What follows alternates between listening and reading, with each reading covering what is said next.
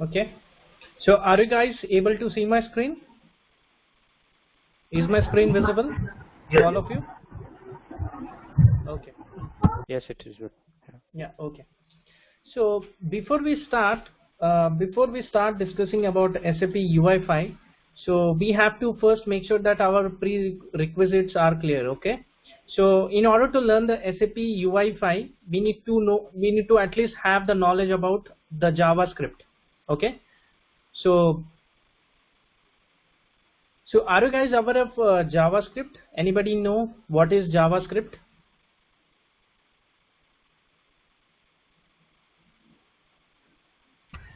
Yeah, Anything that you know? yes, Avik. It's a script-based language. We are using JavaScript. Okay, thank you. Any other question? Yeah, sorry. Any other answer apart from this? It is used in the web language, right? Okay, it is a web-based language. Used for writing script, when you do some scripting things. Like yesterday you said, if you want to link it to something, navigate or something like that. Okay. Okay. Okay, so let me tell you. So we will see some theoretical part related to JavaScript. So we will not waste our more time on the theoretical.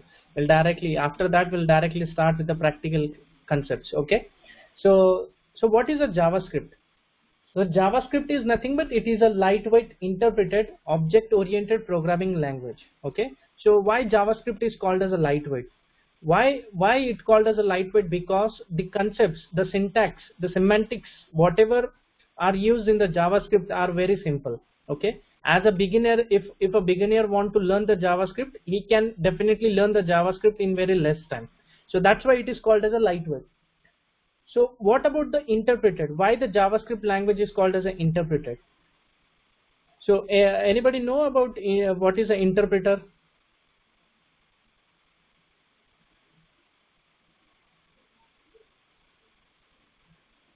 Okay, no worries. Let me tell you what is an interpreter.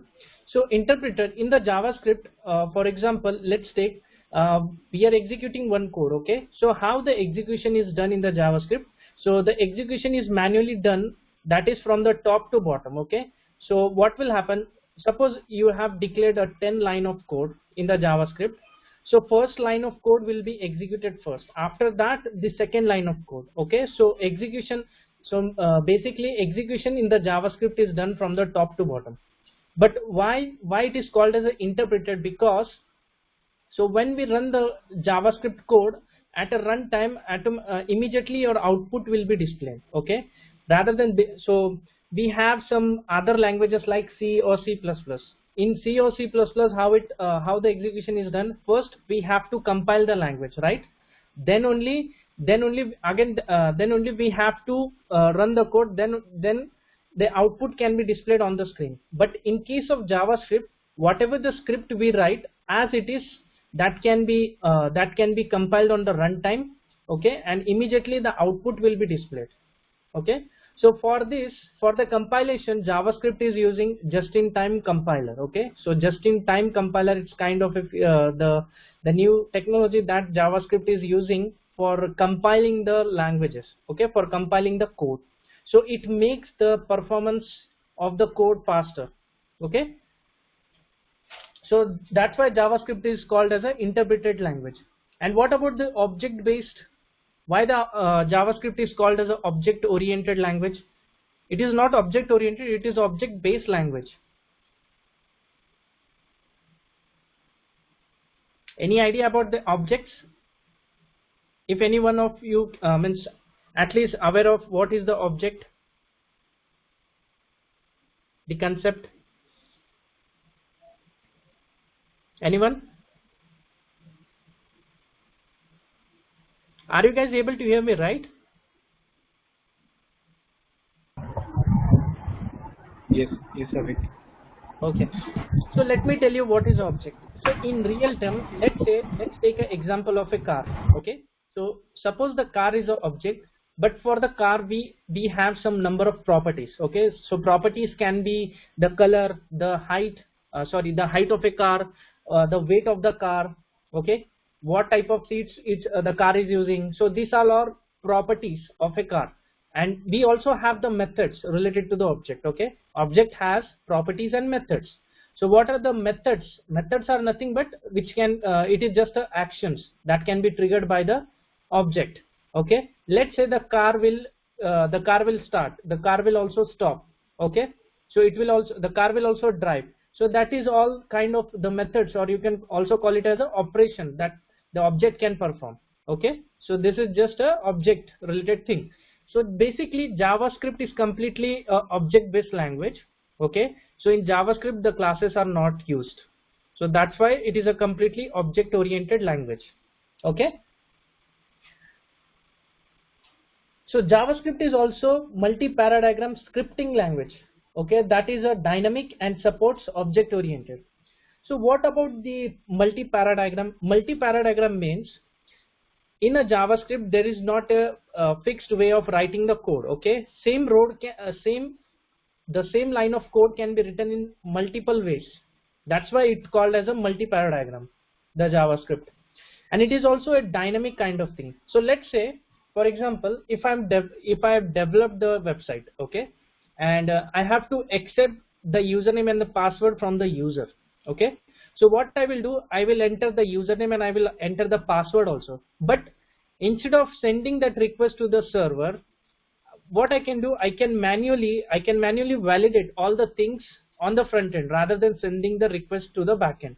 Okay, so that's why. So what will happen on real time? Suppose when I enter the username and password, and if the username and password is incorrect, and what I have to do? So when I click on the login button, so instead of sending the request to the backend, I can also validate it from the front end side. Okay, I don't have to send the request if the syntax of the username is wrong, if the syntax of the email ID, whatever is entered in the username, that is wrong. Okay, so rather than sending the request to the server, I can immediately validate the username on the client side itself. Okay, so let's say JavaScript is one of the most popular web technologies. Why it is popular? Because so normally for the website designing we have the HTML. Okay, so normally we develop the screens or anything in the HTML. So CSS is, we have the 3 layers in the JavaScript. Okay, when you understand the architecture of JavaScript, on the top we have HTML. So what is the purpose of HTML? HTML just it builds the design. Okay, so for example on the screen you can see this Google, this search bar you can see. Okay, so we also have some number of tabs or the buttons, so that everything is been created with the help of HTML. So what about the CSS?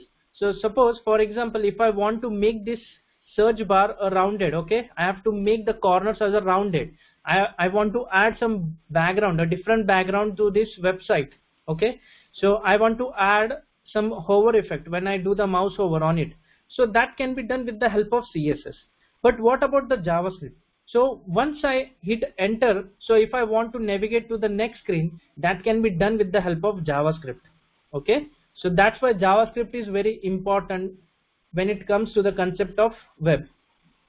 Okay, so anyone has any questions in this? What is a JavaScript?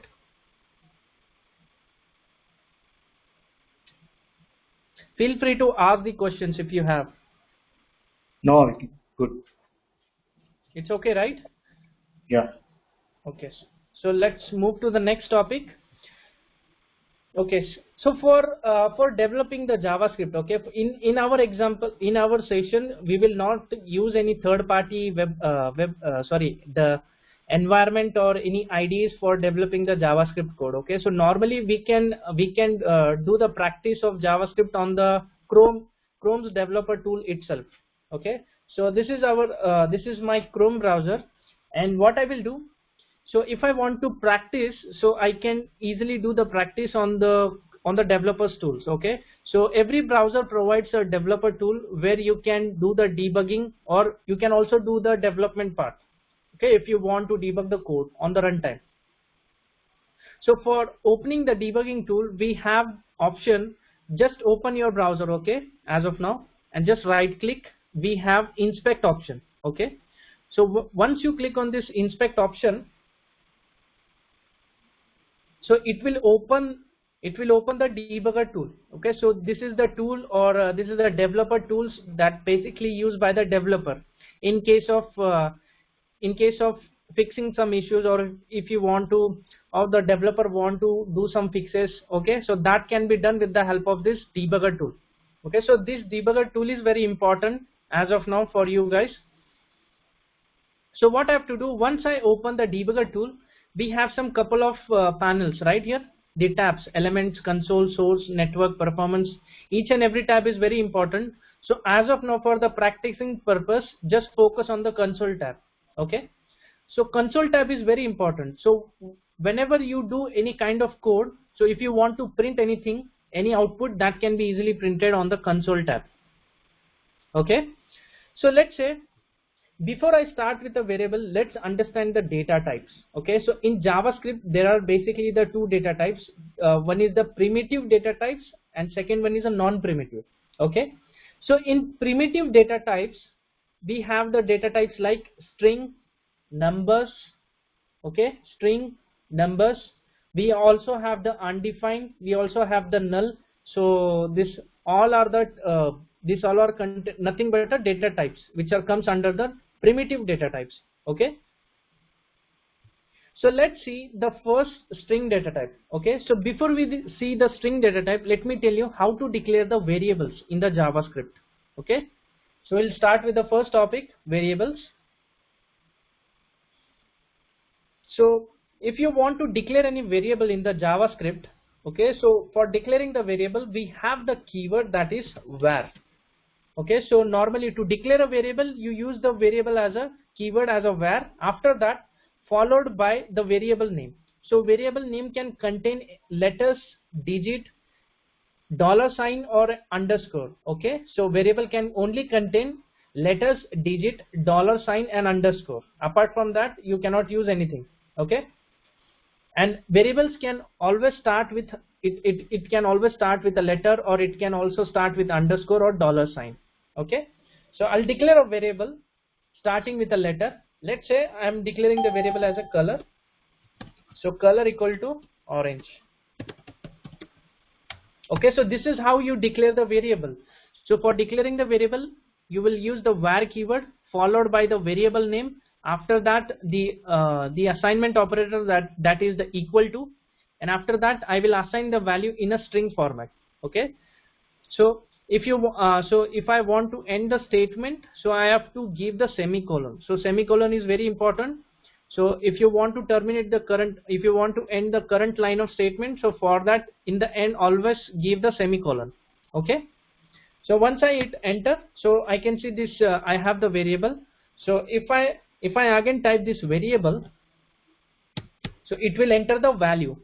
So initially when I assign the value to the orange, right, this color is a variable, and for the variable color I have assigned the value as a orange. Okay, but when I hit enter I am getting the value as a undefined. So why I am getting the value as a undefined? Because what JavaScript does, though you assign the value or not, by default it will assign the value as a undefined. Okay, undefined is kind of, it is also data type, or it is also kind of a value. Okay, so for example, let's say for the color, if something there is some syntax error. Okay, so by default JavaScript will assign the value as a undefined to this color variable. Okay, any questions? Anyone has any questions so far?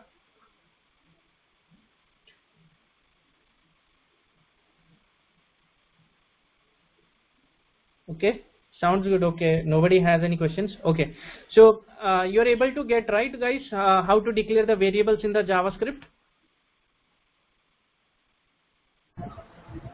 Yes, sir. Okay, okay. So so let's say there are some few technologies or the few programming languages. What happens? So in that programming language you have to also declare the data type, right? But in case of JavaScript that is not required. So JavaScript is using the dynamic data type concept. Okay, So this same variable, so I have used this color variable which is holding the string value. Okay, so this variable is holding the string value. What if I want to store the integer value? So I can use the same variable and I can store the integer value also in that. Okay, so what JavaScript does, JavaScript uses the dynamic data type concept. So same variable can be used to store the multiple data values, multiple data type of values. Okay, so let's say in the color variable I will try to store the integer values. Color equal to 10. Okay, I'll give the semicolon, I'll hit enter. So automatically, instead of throwing any error, automatically that value it stored inside the variable. So variable are nothing but it act as a container for storing the data values. Okay, so variables are the containers in the JavaScript for storing the data values. So for storing any value inside the variables, you have to use the assignment operator equal to. Okay, so now let's start with our first data type as a string. Okay, so what is the string data types? So let's see the simple. I'll declare one more variable. I'll say the name equal to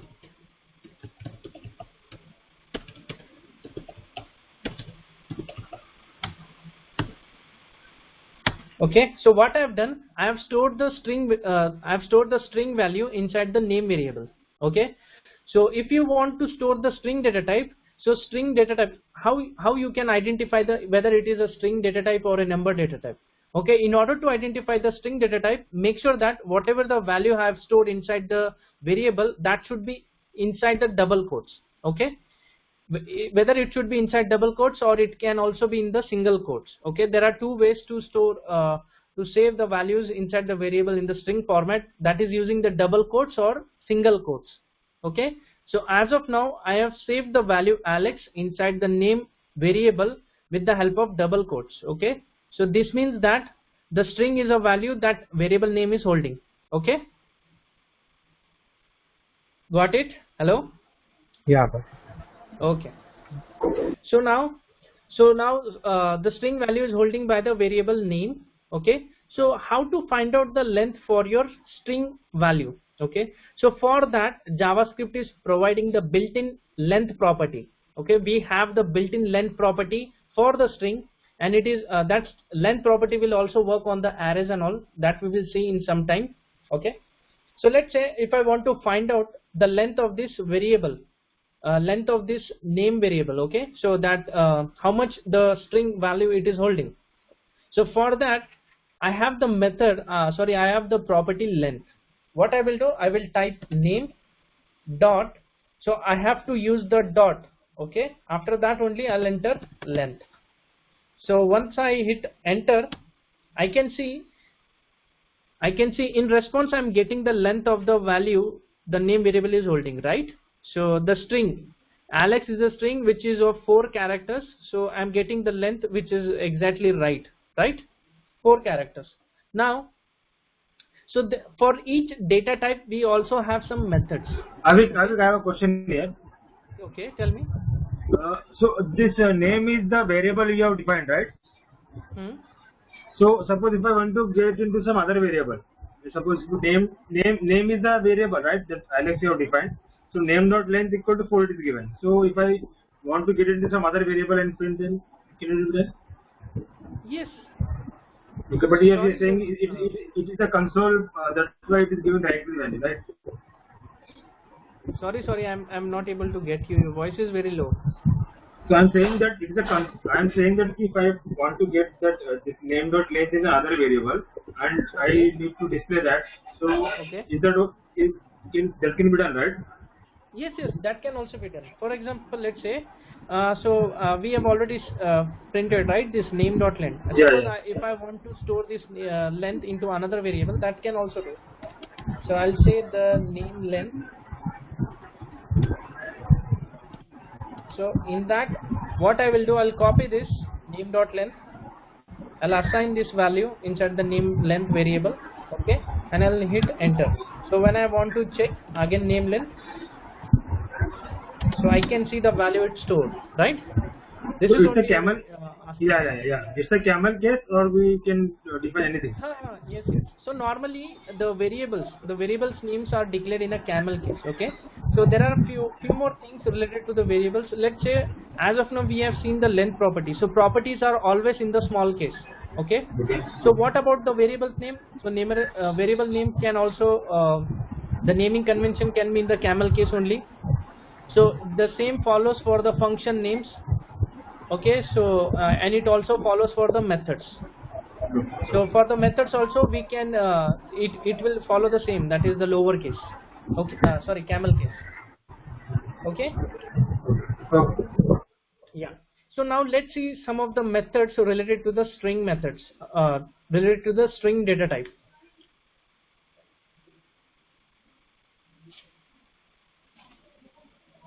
So now first data type is, let's say I'll add one more I'll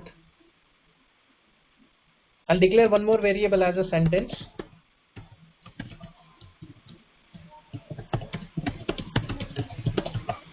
Okay. So now sentence is holding, the sentence variable is holding the string my name is Alex. Okay. So I have to find out the index of Alex. So I have to find out the index of the word Alex. So what I have to do? So for that JavaScript is provided one method, that is index of.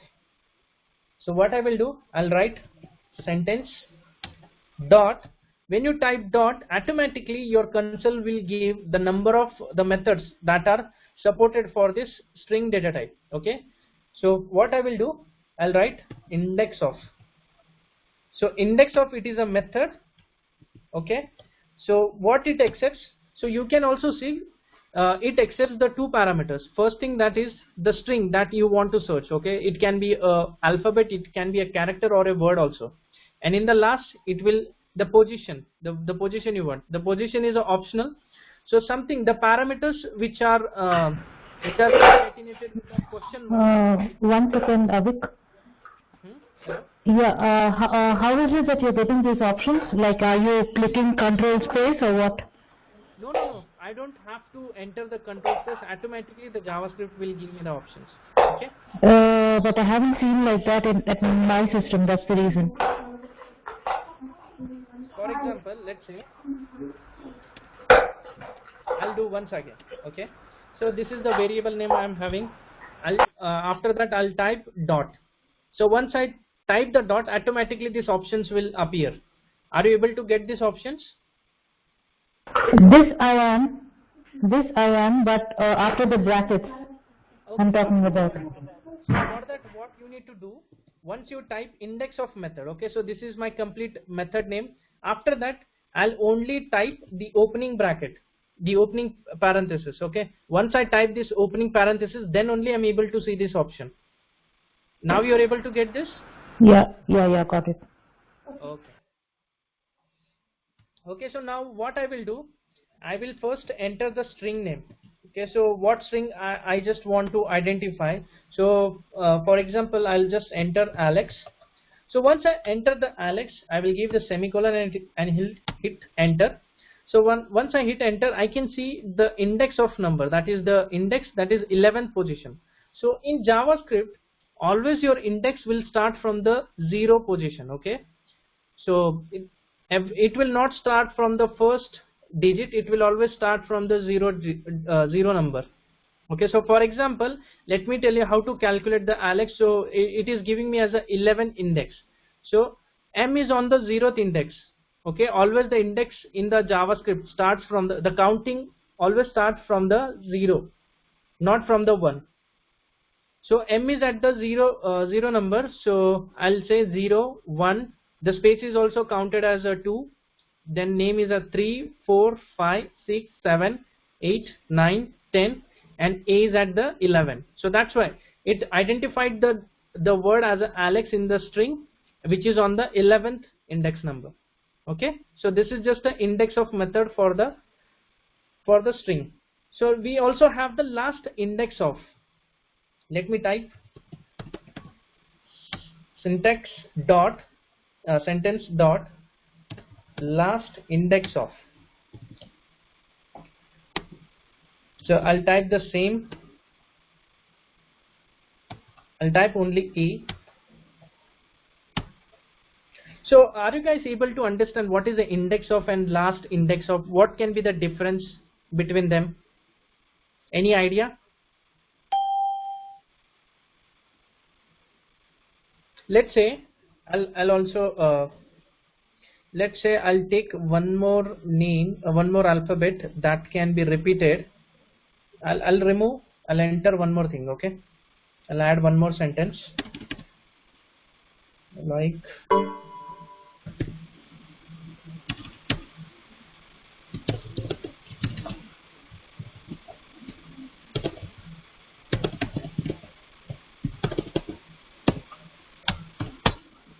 okay. So now I'll write color dot index of E. Okay, sorry, I have to enter in string type,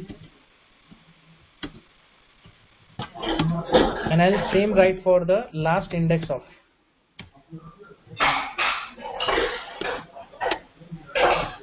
So can you guys able to understand what is the difference between both of these methods? It's like first occurrence and last occurrence. Very good, very good. That is the right answer. Means, so what index of does? Only it will only identify the first letter. Okay, first occurrence of letter. But what about the last index of? It will identify the last occurrence of that letter. Okay, so index of will skip all the remaining letters which are matched. It will only count. It will only consider the first letter.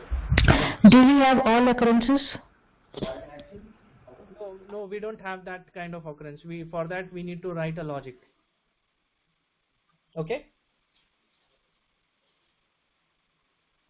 So now let's see the second method.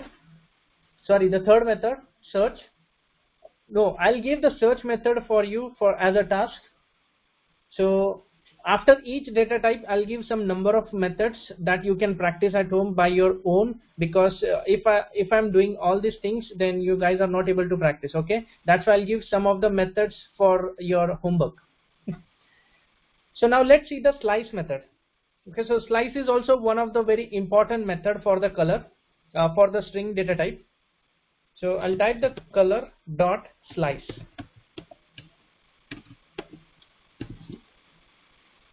So by default, when I type color dot slice, okay, if I'm not passing anything inside the parameter slice, so it will display the value as it is the color variable is holding. Okay. So what is the purpose of slice?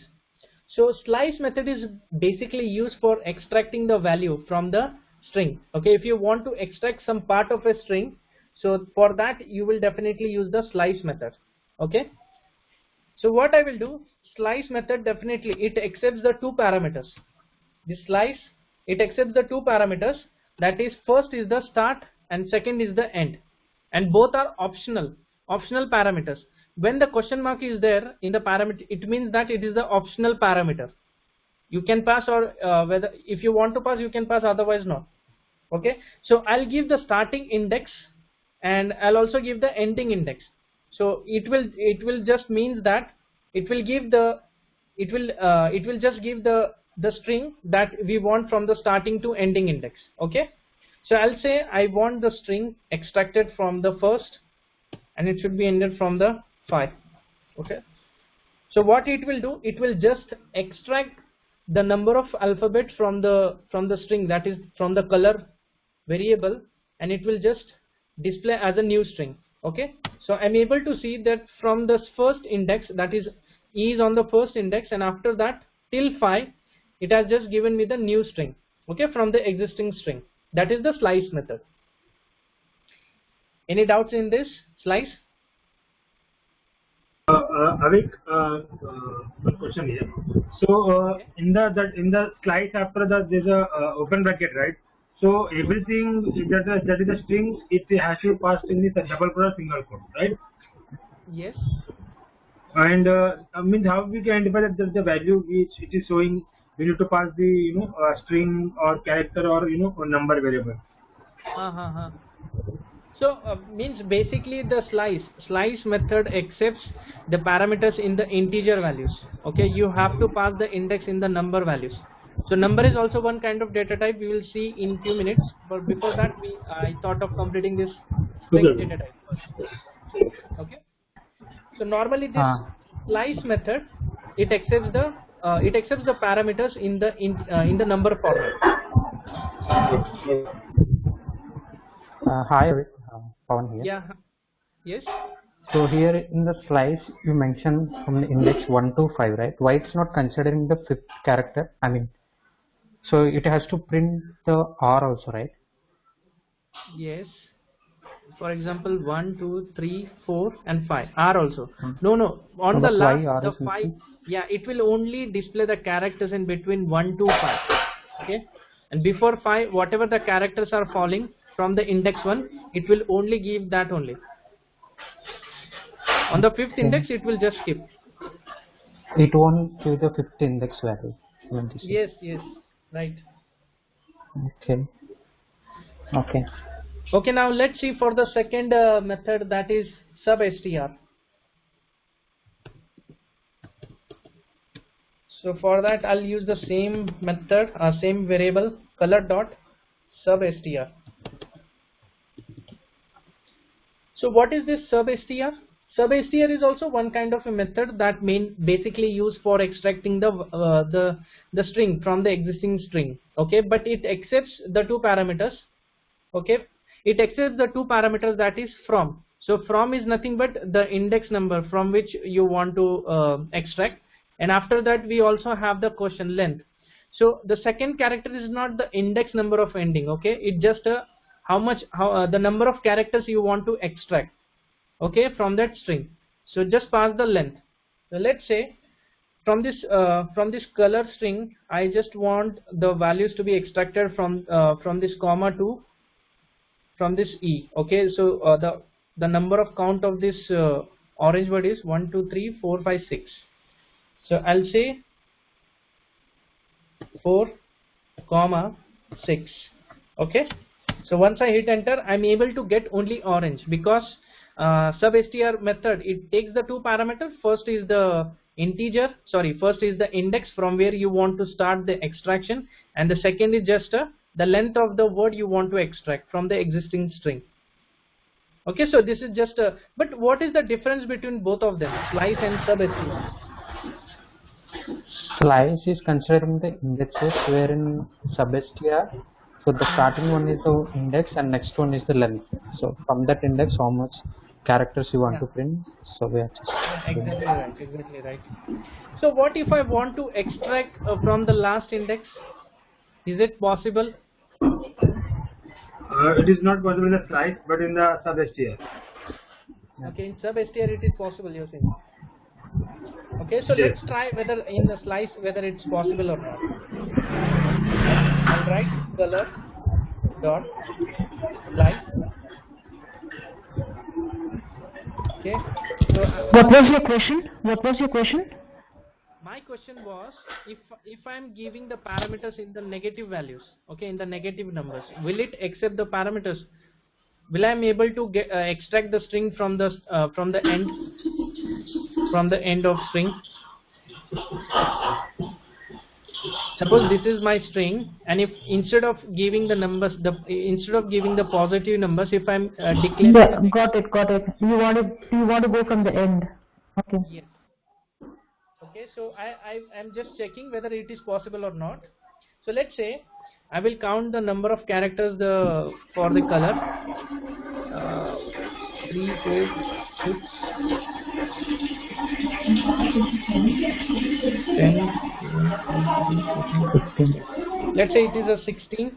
I'll say the minus 10 comma minus 15. Sorry. First I have to give 15 comma minus 12. Okay, so I'm able to extract the string from the end if I want to. So somebody told me that only the substr method can do, right? But Yes. it is also possible with the slice. There's a lot of background noise. can somebody please go on mute? Now it's fine. Yes. Okay. Okay.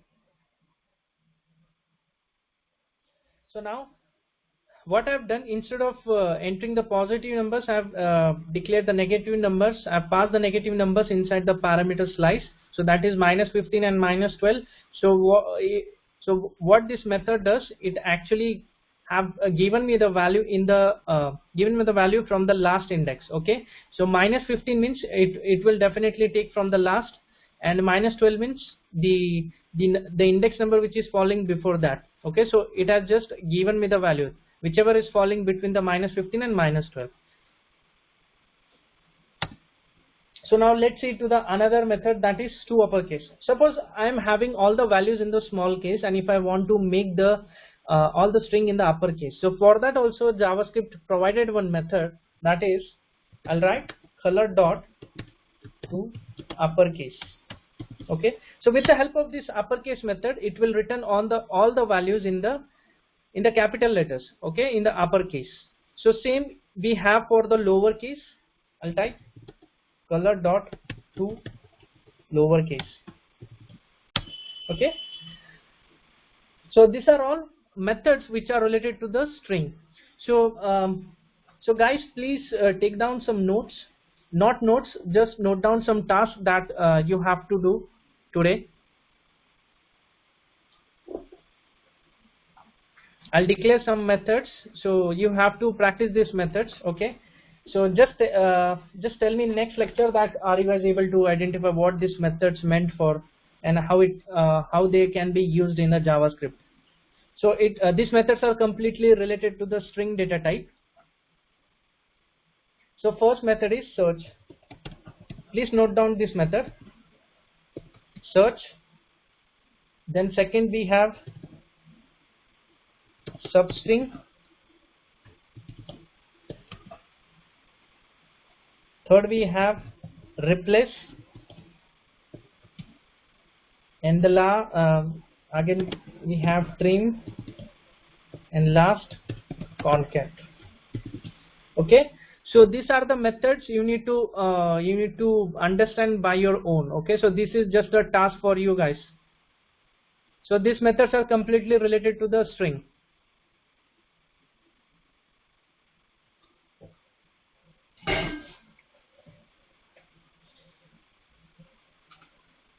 So have you guys noted it down?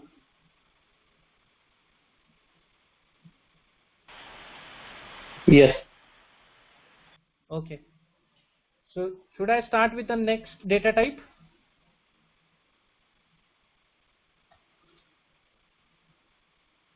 Okay. Yeah. Okay. Okay. So now next data type is a number. Okay. So generally in JavaScript there is only the one kind of number we can basically store. Okay. So there is not like the integer or a float or a decimal. That kind of data type is not there. In JavaScript only one number can be there. One data type can be there for any number.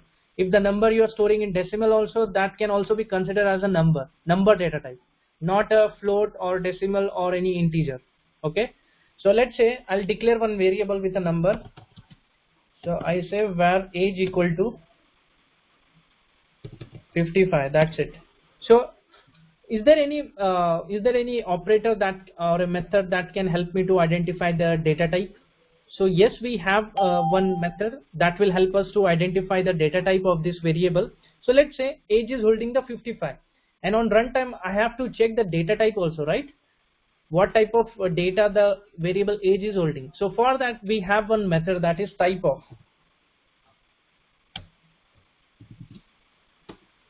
So I'll just pass this variable, so it will return the data type as a number.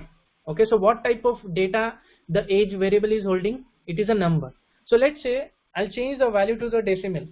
I'll say 55.623.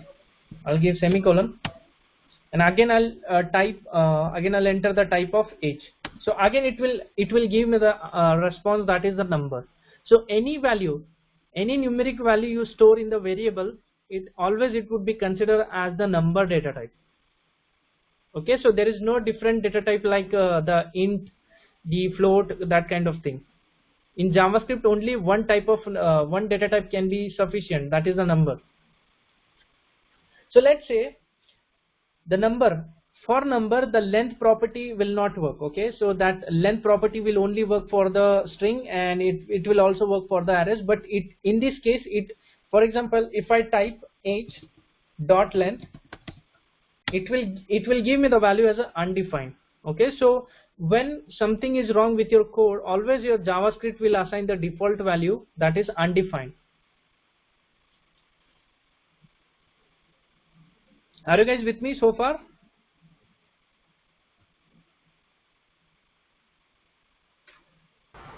Yes. Yeah, okay.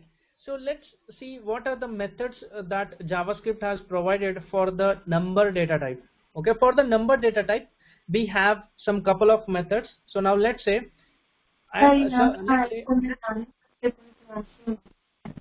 hello? Guys, please go on mute because there is some background noise. Okay, that's fine. Now let's see some of the methods. So now let's say I have the requirement that, so I'm getting the data in the number format. Okay, in the number format, but I have to display in the string format. Okay, so for that, if I want to convert any numeric data into the string data, so for that we have one method, that is toString. So that toString method can be called on the number variable. Let's say I'm typing age dot toString. So this method is in the camel case format, so that's why the initial letter of 2 is small and the S in capital letters. Okay, so once I hit enter, so I am able to see that the numeric data type has been converted into the string data type. Okay, so we also have toFix. Let's say age dot toFix. So what toFix is doing, it is actually making the approximate value, okay, rounding off of the 55. So let's say if I'm having the value, the number as of 55.343, so it will just give me the round off of 55. Okay, it will not give me the 55.343. It will just omit that number of decimal points. So let's say I also want the decimal points. So for example, from the response from the OData service, I'm getting the response as 55 point. I'll declare one. I'm getting the response as 55 point. Okay. So in this case, so sum is the variable. It's holding 55.55 4 times 0. Okay. So when you hit enter, so when again I type, it will automatically skip. Okay, but if there is any other kind of data in this, let's say instead of this 00, okay, so now this is the number. So what I just want that only the 2 decimal points to be displayed. Okay, I don't want the rest of the characters. So for that also you can use the toFix method. So I'll use sum dot toFix. Inside the toFix, I'll pass the how many digits you want after the decimal points. Okay, after the dot. So how many you want? Let's say I want just 2 numbers, numeric numbers. So with the help of this toFix method, I'm able to get only 55.55. The rest decimal points are already skipped. Okay, so that are already omitted by this method. Okay, so you're able to get, right? Are you guys able to get this? So why we use the toFix? Yes, Avi. But I have one question. So where we declare this sum variable? Yes. So Same question. Yes. So for example, in this console, it's okay that you can declare the variable or you cannot. But in SAP UI5 you can't do this. Okay, because in SAP UI5 we use the strict data type. So that's why when the strict data type is used, make sure that you declare the variable first and then you can use it. So you are in the console directly it is putting output. That's why you are not able to use. It is not necessarily declare, right? Sorry. You're directly writing in the console, right? That's why it is not necessary. Directly writing in console. That's why it's working. Okay. But in And one SAP more. UI5 application you cannot do. Sorry. It will directly Yeah, throw an yeah. error. Yeah, because it's not supporting. Yes, it is not supported. So, and one more question, Avik. So, if the first decimal value is more than 5, so it will be adding +1 to the preceding value. Yeah, let's To say. fix. Rounding it. Yeah, Yes, exactly. it will round up. If I'll remove this one, so it will directly round off and it will add one more value. Okay, so automatically it will give the round off of 55.55 as a 56. Okay, so now this is completely related to the to fix. So let's say I have to convert some numeric values. So some numeric values that already I'm getting as a string format. Okay, from the backend or from the response, I'm getting the integer values as a string. So I want to convert those values into the numeric values. For that also we have one method, that is the number. Let's say I'm storing a equal to 24 and I just want to convert this string value into the numeric. So for that I'll write I will declare the number, a method, and inside that I will pass the variable. Okay, so it will return me the value in the numeric format. So okay, so normally this number method is used for conversion conversion of from string to the integer. So same like that we also have some parse float and all. So let's so please note down some of the methods that you guys can practice. But this should be like a dot number, no? So we'll learn last. Yes, yes. Please note down this the methods that, and please practice.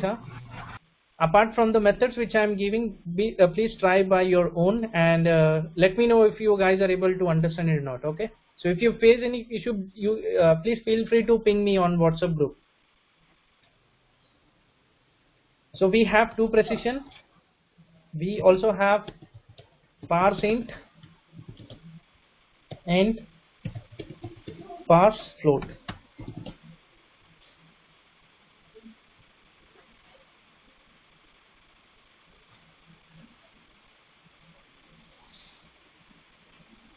So this is your task for today for the number related data type.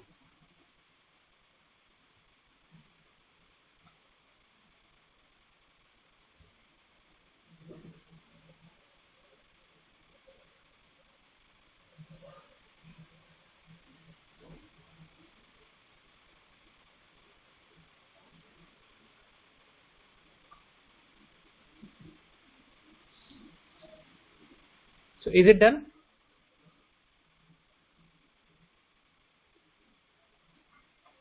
Yeah. Okay. Okay, so now let's see. Suppose if I want to add two numbers, so is the addition, subtraction or division can be possible in JavaScript? I think so, right? So for that we have some number of operators also in the JavaScript. Okay, so let's say I declare one variable as x equal to 10. I'll declare one more variable y equal to 20. So if I want to do the addition of this variable and I just want to store it into the next variable or any new variable, that can also be done in the JavaScript. That is, let's say I'll say z equal to, I'll declare var z equal to x. So I will use the plus operator here. This is the addition operator. So x plus y. I'll give semicolon, I'll hit enter. So if I want to get the value from this z, so it will give 30. Okay, so this is how the addition can be done. Let's say I'll change the value. Okay, this time instead of 20, I will store the value in the string format.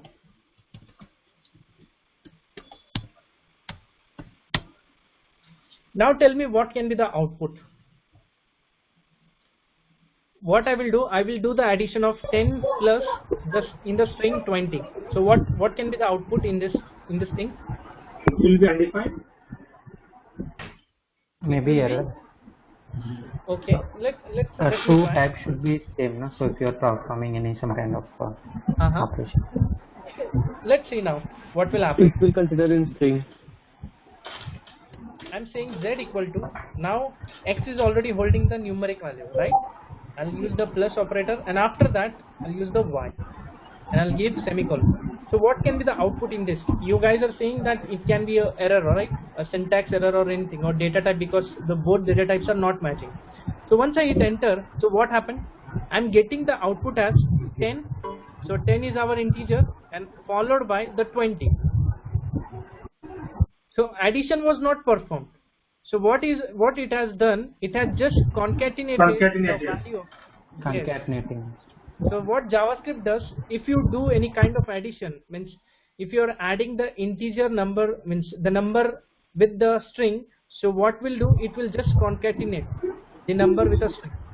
So in that case, there is no need of try and entry, right? In this, suppose if it is handling automatically, then there is no need of try and try, right? Means she can No, say. there is no need. Yes, right.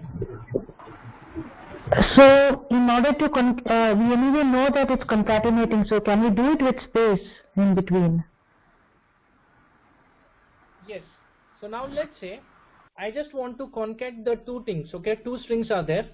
A string is holding another value in the string, and one more variable is holding another value. So I just want to concat. So for concatenation, I have some number of ways so that I can concat. So let's say I'm saying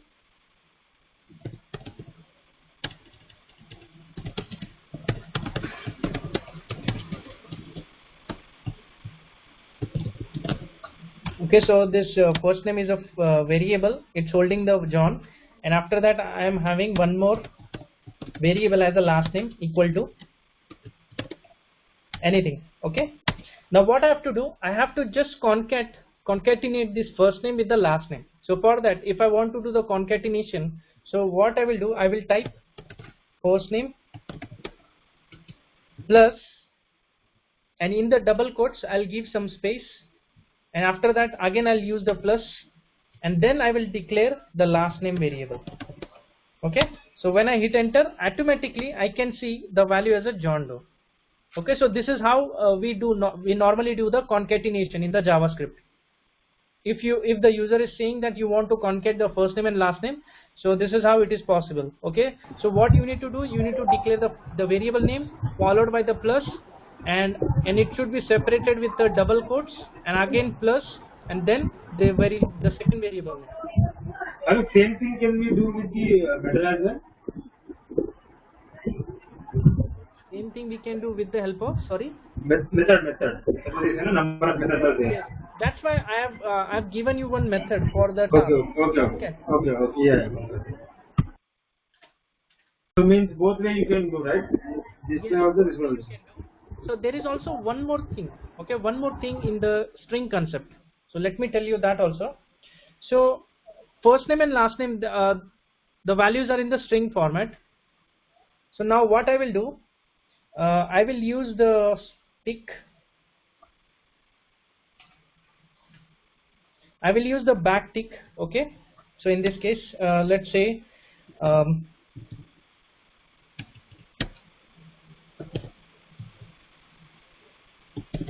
taking one more variable and I'm using the backtick. Okay, after that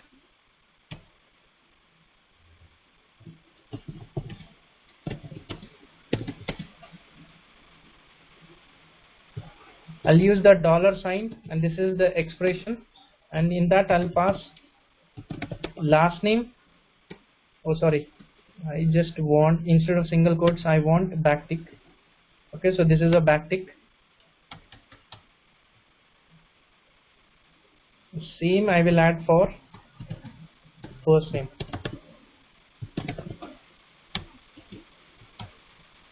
Again I'll declare the backtick. Okay, see, now I'm able to do the concatenation of the variable inside the string. How I've done? For that I've used the backtick. So with the help of backticks, generally backticks are used whenever you want to concat the numbers with a string. Sorry, you want to get the value from the variable and just you want to concat with the string variable, with the string data type.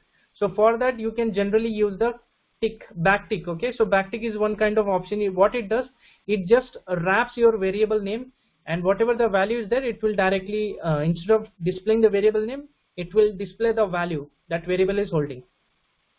Okay, so this is also one kind of thing that you can do for the concatenation.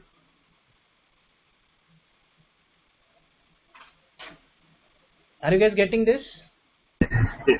Good. Okay, but make sure that you use the $sign followed by the curly braces, opening and closing curly braces, and inside that just pass your variable name. So automatically that value would be displayed instead of that variable name. Okay, so now I'm giving you 5 minutes, guys. So in 5 minutes, so whatever the methods we have covered, just do one round of practice. So just be on call and just be on mute. If anyone has any problem, please you guys can please help each other. Okay, so again we'll start the next topic around 6-7. Okay, within 10 minutes we can start with the next topic. So I'm giving this 10 minutes for the practice.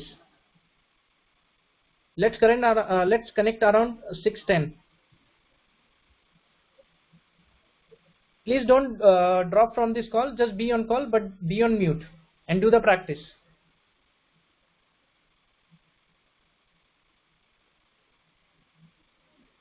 Is it fine?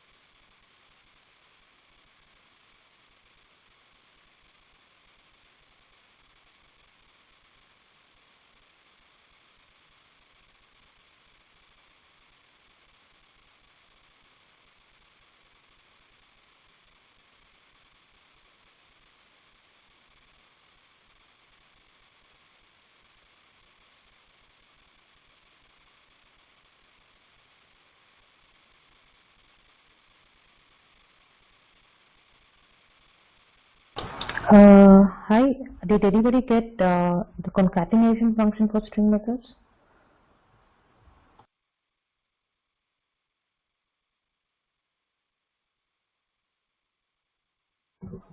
No, I am also searching for that only, but how is do I print it? I think we need to give variable equal to concatenate. I think we need to try like that.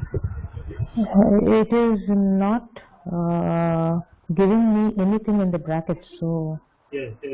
Same here.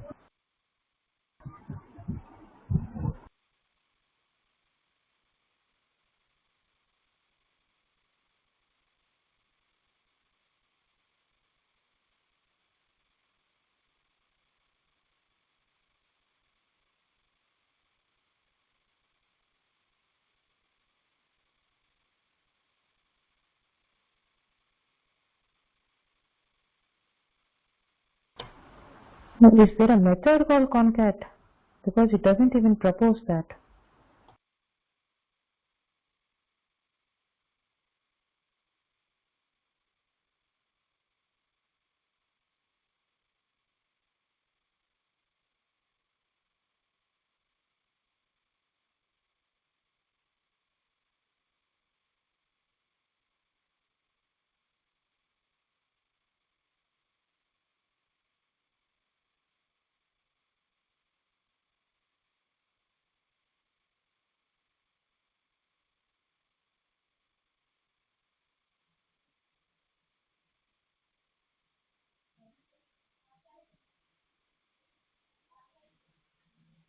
Hello guys, is it done?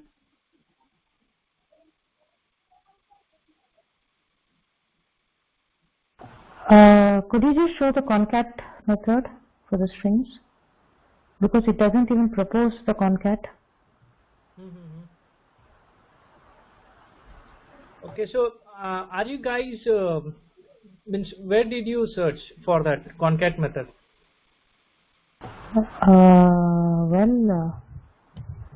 Means what we have done, we have declared two variables. Okay, the first name and last name. Okay. So in the full name we want to concatenate that first name and last name. Suppose like that. So I tried by the full name dot concat, but it doesn't work because I just declared a variable full name. I didn't do anything in that. Okay. It worked for me. What I did, like, so first name dot, so there is a method called concat, so I'm passing second name to the concat, then it is returning. Just hold on. Hello, what's your name? Hello, Pawan here. Yeah, Pawan. So Pawan, can you please tell me that how you have done this? So I'll just write that down so that others can see. Okay, so I just declared first name. Okay, so Where first name equal to any name. Okay, after that Where last name. where last name equal to Any. okay. After that, So now, so first name dot first name dot concat. concat. Yeah. You need to bracket open and the last name. No, not in the quotes, just last name. You need to pass the variable. Last. Okay. Yeah, it works. Okay. So this also this also done, but I want another variable. This also done, but I want some other variable. This third variable.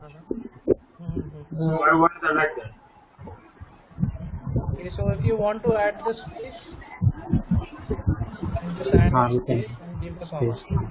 Yeah.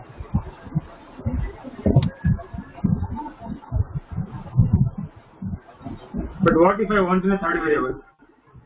For third variable, generally we don't use the concat only. So normally using the plus or it's sufficient. It can easily be done, right? Rather than writing this is somewhat complex. So I have done this thing. I thought there is some other means in third variable you can do that. So okay. So for third variable it is not needed because But suppose see I have declared the first name and last name. I don't want to run that. Okay, I want to do a separate one. So that can be done or not. Suppose first name last name is there. I want another variable. The concatenate that first name and last name in that variable. Another variable, okay. Yeah. Means suppose this is the value I'm getting, and you want this value to be stored inside the third Okay. variable. Okay. So where? Okay. So like this. Role name equal to. Yeah. I got it. Yeah. Okay. Got it. Okay. No, I was actually expecting concat first name comma last name. I was expecting that way. Okay. It wasn't like actually the first name dot concat. Yeah, it's a bit different. So normally these methods, till now whatever we have seen, all are methods, and make sure that methods are always called from the object. Okay, it is always associated with the object. You cannot call the method independently. So that is one thing. So if I want to call any method, that must be associated with its object. That's how in JavaScript works. So that's why we called, right, in JavaScript object is nothing but it is a properties and methods. So always the methods and properties are associated with the object. So this variable, whatever the variable we saved, the first name, last name, internally it is also acting as one kind of object in the JavaScript. So that's why we are able to trigger this method. Okay. So now let's start with the next data type as a boolean. So I think boolean is self-explanatory. Srinivas, can you speak loudly? Your voice is too low. Okay. Now, is it fine? Yeah, it sounds better. Okay. For others also it is low, or how it is? For me, it's fine, I think. Actually, my sound is in number 20, even then I can hear you clearly. Okay, your voice is also very high. Okay, then let's see. So let's see now the next data type, that is the boolean. So I think for boolean type, I don't have to explain it. It's a very simple data type. So if I'm using the flag as a variable and I'm saving the value as a true, it means it is a boolean data type. So always the boolean data type means in boolean data type it can either store the true or false. Okay, apart from this you cannot store any other value. Okay, so let's say if you're storing the value as a flag equal to, in double quotes you're storing at value true. So this is not a proper way to store the boolean values. Okay, so this would not be considered as a boolean. This would be considered as a string data type. If I want to check the data type, let's say a flag equal to true, and now I will check this is a flag 1 in double quotes. I'll write it down to true. Okay, now I'll check the data type with the help of type of. So this is the operator with the help of which I can able to check. So inside that I will pass the first variable name as a flag. So what data type I'm getting? I'm getting the data type as a boolean. But what about in case of flag 1? In case of flag 1, I'll get the data type as a string. Okay, so make sure that whenever you're storing the boolean data types, it should not be declared inside the double quotes. It should be without double quotes, that is true or false. So now let's start with the next topic, arrays. I think you all guys are aware of arrays data type. Maybe everyone is familiar with the array because it is one of the important data types in the JavaScript, array and objects. So once we complete with the array, then we can start with the object data type, and then functions, methods, conditional statements, and how we can do the debugging in this console. So now let's see what is the array. So can anyone tell me that what is an array? It basically stores multiple records, right? Like an inside table. Maybe. It's a collection of characters or strings.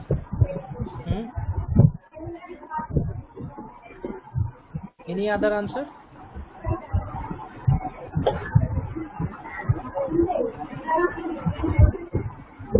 Okay, now so let's see what is an array. So array is nothing but in JavaScript it is a special variable. Okay, in JavaScript array is a special variable for storing the multiple values at the same time.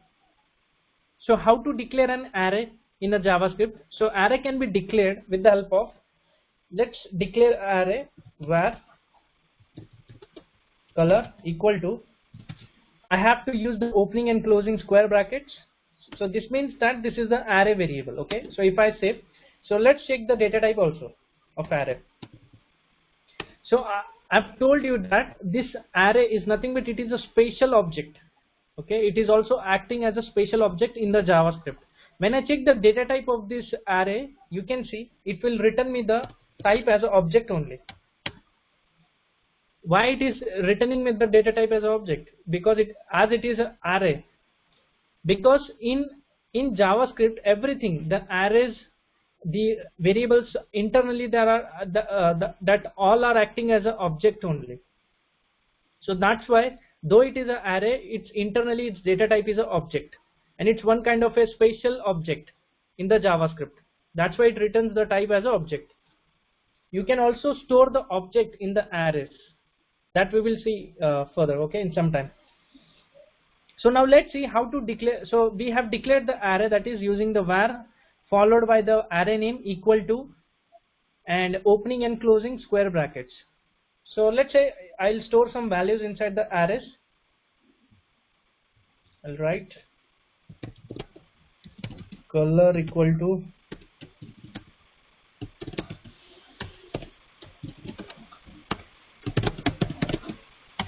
orange, purple, blue and green. Okay, so now I'm able to see that. So when I expand this, I can see on the 0th index. So generally the index, the values can be stored. The values can be stored in an array from the 0th index onwards. Okay, it will not be stored on the first index. It will be stored on the 0th position first. After that 1, 2, 3, 4 and likewise. Same like character you say no, before that. Means suppose there is a red is there. So it is show as a 3, but start from 0, 1. Right? Yes. Index, generally the count is always started from the 0. Okay. So now let's say this is my array. So length of my array is 5. So if I want to check that how many values my array is storing, okay, so in that case if I want to check the length of an array, so is there any way that I can check the length? Tell me. What I have to do if I have to check the length of an array? Color dot length. Something like color dot length. Yes, right answer. So color dot length. Okay, so when I use the dot length, this is the built-in property of an JavaScript. So when I use automatically I'm able to get the length of an array. Okay, it's very easy that for getting the length of an array. So now let's say if I want to access the orange value from an array, how I can access the value, the orange from an array? Only orange. Index. Using index or Index of Okay. yeah. So I'll use the opening and closing square brackets, and inside that I'll pass the index of an orange. So let's say the orange is stored at the first position, right? The first index. So once I hit enter, so I'm able to get the value as an orange from the color array, right? So this is is that also be one way. possible like vice versa case? So I know the word, but I want the index of that word. Say for example purple. So is there any way to pass purple and get the index? number. Index, right? Yeah. Yeah. So that is also possible. For that you need to just loop it through it. So you have to loop through an array. So based on that, so whichever the current array that matches with the value purple, so it means that you can directly print the I value, right? In the for loop or in the foreign loop. There's no direct method, I think. No. There is no direct method. Means how can you count the purple? Okay. There can be n number of values also, right, in the array. As of now, we are just seeing 3 or 4, 5. One. Yeah. But in real time, there can be thousands of data. Hundreds of records, yeah. Okay. Okay. So now, so for accessing the value, I'll simply write the array name followed by the opening and square bracket, and inside that I'll pass the index number. So what if I want to add one more value to this array? So comma. Okay. You mean to say where I have to write the comma? Inside the array. No. If I want to add one more value inside the existing array. Okay. So for that, is there a kind of append like that? Whether the plus operator will work here? Color and then 5 equals maybe pink. Okay, let's say I'll add. Okay. So what I will do, instead of this, rather than passing the index, I'll pass the index, because I don't know that the current, but I'm able to get the length of an array, right? So what I will do, first I'll write color. Okay, length that one. Okay. So this length is nothing but, you know what is the length of an array? It is a 5. 5. Always the array values are stored from the 0th index, right? Yeah. So on the 4th index we have the green value, but using the color dot length on the 5th index we don't have any value, right? Yes. I can directly write, I will assign one value so that it can be directly stored inside the color array. So let's say I'll add the pink. So it will return just the value, current entered value. So I'll again type the color. See, automatically your the new value is automatically stored on the end of the array, right? It is stored at the end. So this is also one way. So we also have one method for an array. Suppose I just want to add one more value, okay, at the end. So instead of doing this thing, I also have one more thing. I have a small question. Yeah, tell me. Yeah, instead of replacing, for example, you have color 1 is orange, right? So instead of replacing, I would like to have another one in between, say red, brown, and then orange. How do I get that? Yeah, for that also we have one method, splice. So the splice is one method that is very important. It's basically completely related to an array only. It's a one advanced method for that JavaScript has provided. We will see that method also in some time, okay? So let's say, so is there any other way that I can add the value inside the array? This was one way. Any other? So is there any way adding multiple records as well, like append, multiple records? No, I don't think so. For if you want to append any value inside the array, so for that in JavaScript there are only two methods. With the help of that, it can be possible. For example, let's say color.push. So push, it is a very important method. So what it does, it automatically adds the element at the end. Okay. Yeah. So if you pass an index, it will push it. So you need to pass the index or what?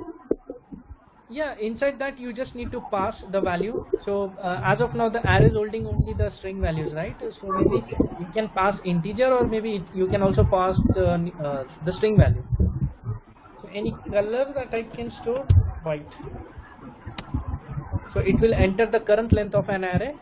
Okay, so when I type, so at the last you can see the value, the white color, it has been pushed at the end, okay, inside the array. But what if I want to just push the value at the first? Is there any way?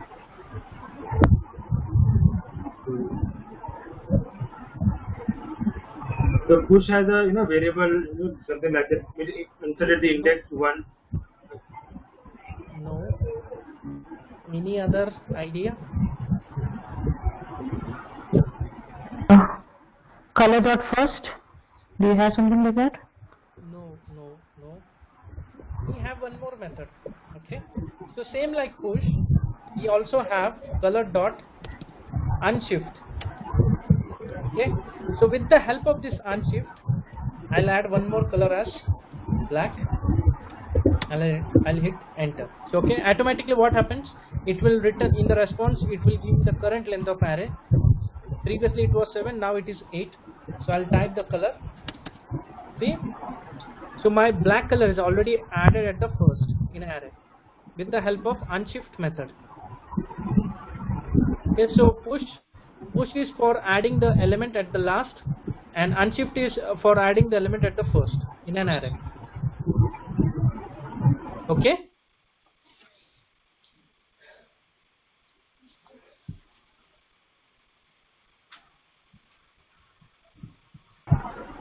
So now let's say if I want to remove the elements from an array, for that also any method that you guys know.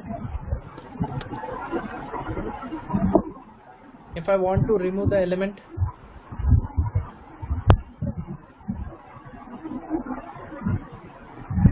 so generally in array how the elements can be removed? Can we pass blank value, I mean like space, to that particular index so that it can be removed? Let's see. First, I'll write color. Suppose you are saying I have to remove the value from the first index. Equal to. Yes. I'll pass the blank. So this double quote means it is just a blank value. I'll hit enter. So again I'll check the color array. That value is not removed actually. Okay. The length, I just want to reduce the length of array also, right? The main one. Yeah. Delete. No, delete is there, but as JavaScript is not recommending to use the delete. What happens? It actually it actually keeps the space as it is. Okay, so the it just adds the dead space. It cannot be used, but still you can see the length of an array is 8 only. How about pull? Sorry, what? Pull. You are pulling it out. You are pulling it out. It's like you have pushed in white. So just pull it out. Pull white. Right. So For pulling also we have one method, that is pop. Right, color dot pop. So when I hit enter, automatically from the end it will remove the value. Okay, not in the any middle of the value. So it will always remove the value from the end. And same for removing the value from the start, we also have same like unshift, we have shift method. Color dot shift, it will remove the first element from an array. So type color, see, using shift it removed the first element, and using pop it removed the last element from an array. Okay, so these are all methods that are available. So for your homework, for your task, for the practice purpose, I'll write it down some methods that you need to practice. Don't practice it now, just practice it after completing this session. Okay, it will need some time. Meanwhile, if I'm giving you some time, so whatever the methods I've covered, just do that methods practice. Okay. So I'll note it down some of the methods, like write it down. ToString. So ToString it is a method. Join.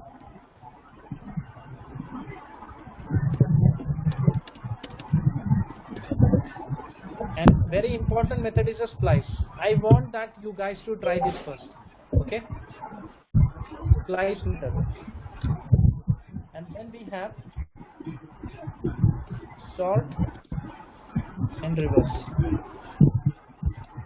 Okay, so please practice these methods, and in this the splice is one of the important methods. Especially splice. Avik, so you told us, from the starting and from the ending. Suppose in the middle, if I want to insert them. Yes, that's why I told you, right? This is the main method that you need to practice. I will not explain this method. First, you guys try this method, okay? And just let me know if you guys are facing any issue while implementing this method. Okay.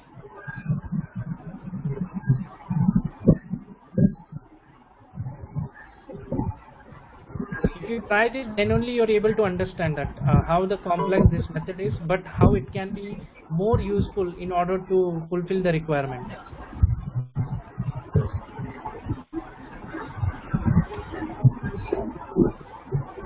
So now should we start with the next topic, objects? So in array, anyone has any question? Okay. So that's a looping thing in the function, right? Sorry, your voice is very low. With looping the array was means they are means in the main value will tell, right? Looping part we will see. Yes, I know that looping part is there. I will take it as separate. Okay, once I complete with object, then we'll see the looping concept. Okay, don't worry on that. So are you guys done with this thing? Have you noted it down, these methods?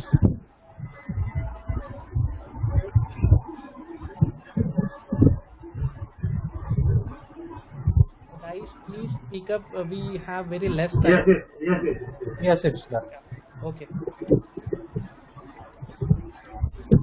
So now let's start with our next data type. It's one of the important data types. Okay, so normally in SAP UI5, mostly we will use this object only. Okay, for storing, for if you want to play with model also, anything, the data, whatever you will receive from the backend also, it's completely in the object format only. Okay, so just understand this concept, object.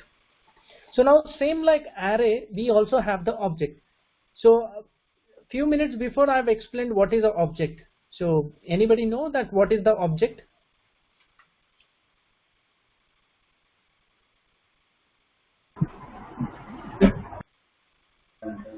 Whatever you know, just you can speak up. As you said, object, like take example car. There is like side glass, indicator, tail light, front light, which are these are the methods. Sorry, that are not methods. Okay, that are like part of that object. Right. Right, One of the and real-time then example for the object is car.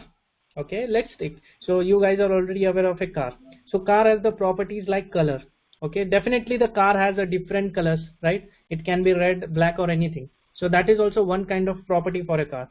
So car can also have its brand. So brand, for example, it can be any Toyota or Honda, anything. So that is also one kind of property that car is having. So any more properties like the car can have means the weight of a car. It's a sedan or something like that. Yes, some little things which are associated with the object. Okay. So what about the methods? So methods like what operation the car can perform. Methods mean it is just an action. It can be operation also. So what type of action a car can trigger? It can start, right? It can start the engine. It can stop the engine. It can brake also, right? So these are all actions a car can perform. Okay. So these are methods. So in real term, any object you create, for that object we have associated properties. We also have associated methods. Okay, so this is nothing but an object in real term. In concepts, in theoretical part also, if anybody asks you what is an object, it is a collection of properties and methods. That's it. So now let's declare how the objects are declared and how it can be used inside the JavaScript. So for declaring the object, I'll declare the var. I'll write obj equal to. So I already have this example. Okay, so what I've done, so this is the object. So basically if you want to save any value as an object in a variable, so for that you need to use opening and closing curly braces. Okay, so these are the thing that this is the syntax that you need to follow. if you want to store an object inside the variable. Okay, so what I've done, this is the obj equal to opening and closing curly braces, and inside that values are stored in a key value formats. Okay, so this is your property name and the value is associated with that property. Okay, so let me declare one object for a car. Let's say I will declare car obj, and inside that, first in double quotes I'll say color of a car, it is black. After that,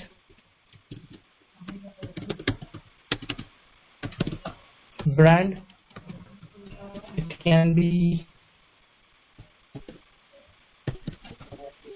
Honda, and after that the name of a car can be, okay, and after that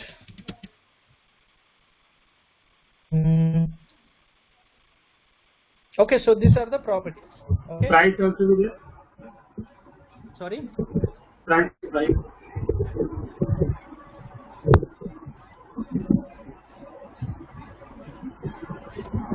sorry, I'm not able to get so. Hello? He says price of the car. Yeah, oh, right. I'll add one more property as a price. Let's say price can be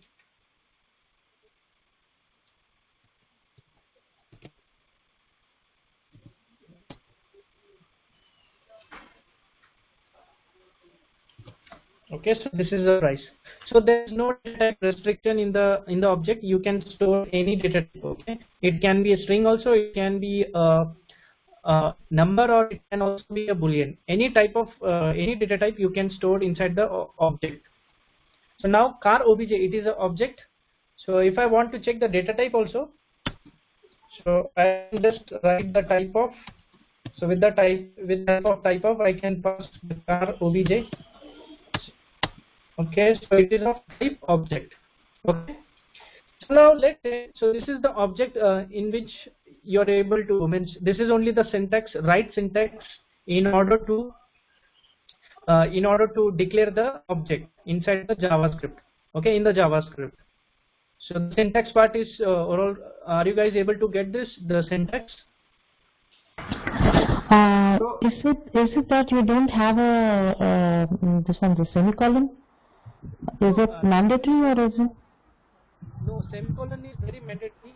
Means and in console it's fine that to practice, but in SAP UI5 whenever you declare any object, anything, any variable, make sure that you declare the semicolon. One more thing, after the price there is no need of comma. You don't need. So these are the properties, right? At the end property you don't have to specify the comma, otherwise you So by default it is by default the last one. yeah, by default the last row you don't specify in comma, but before that you have to specify the comma, and make sure that your key, this is the key. Okay, this can also be called as a property, and these are the values. Generally properties which are nothing but the key value pairs. Okay, in which the key is separated by the colon. One more thing, you told that it is a common thing, right? But in the object I see first name F is capital and M is capital. Is that okay? This I will come back in sometimes. Okay, I will explain this in some time what it is. Okay, because methods are also associated with an object, right? As of now we have just declared the properties, but we haven't seen the Do anything else. all the functions.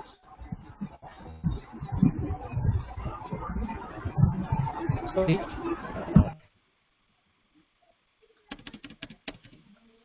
Okay, so now let's say if I want to access the value from this property brand.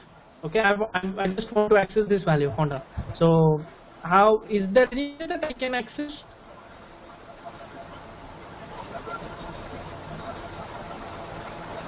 Car Any idea object about this? based on the values, like, so if you pass color to the car object, then it will return the black. Okay, let's say car obj. So how I have to pass the value? Dot Dot color. like this. Okay. Color. So anything, right? And Avik, one more thing. So as of now, you have given only one entry, right, to the car object. So is it possible to give multiple entries, just like Yes, array? multiple entries also possible. Okay, but that is also possible in this in this object. A car object can also store an array of object data inside it, like a deep structure, deep entity kind of structure. Yeah. Okay. Because Okay. generally what happens from the OData service, let's say if I am getting the structure like D, okay, so D is the object, and inside we have results, and inside we have array. So this array is holding number of this data. So this single data you can see, right? So in this manner, so it can store n number of data inside the array. But for storing the n number of data, make sure that it must be stored inside the array. Then only it can be. Otherwise not.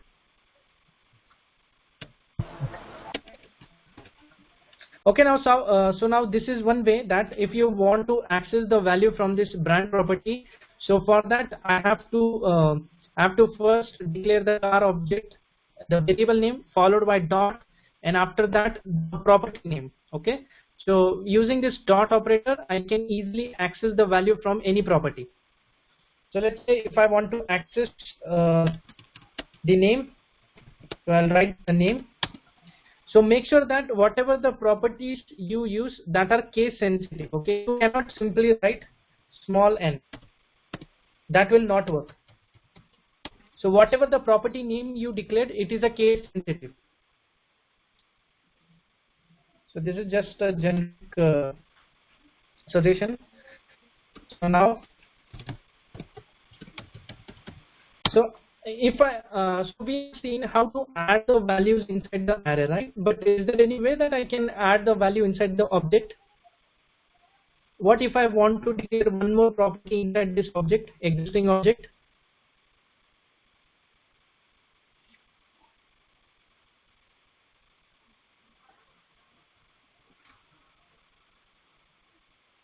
Okay, I'll tell you how it is done. Okay, so now this car obj, it is an object only, right? It is already holding number of properties. So let's say if I want to add one more property, let's say I'll add one more property. I'll declare first the car obj dot.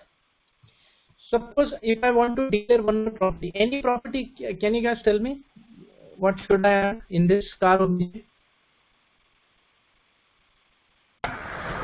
4-seater or 7-seater, something like that. Or diesel or petrol, something like that. Variant. Variant, right? I'll say variant equal to, I'll write petrol. That's it. Okay. Automatically this object, it is directly added to this car obj. So when I declare again, if I want to access the car obj, then I can see the car obj directly the variant, the property has been added to the existing object. Okay, so this is how you add the property to your object. So there is also one way if you want to access the value. So till now we have seen the dot operator, right? But you can also access that value with the help of, I'll pass the variant. That's it. Here you can get the value from this variant. You can use either the dot, or you can in the square brackets you can directly pass the key name, but the key name must be in double quotes. So this is also one way. So now in JavaScript arrays, you have seen that normally index start from the 0, right? But in object index are not there. Index are replaced with the name keys. So these are the keys. The keys are nothing but the index in the object. Okay.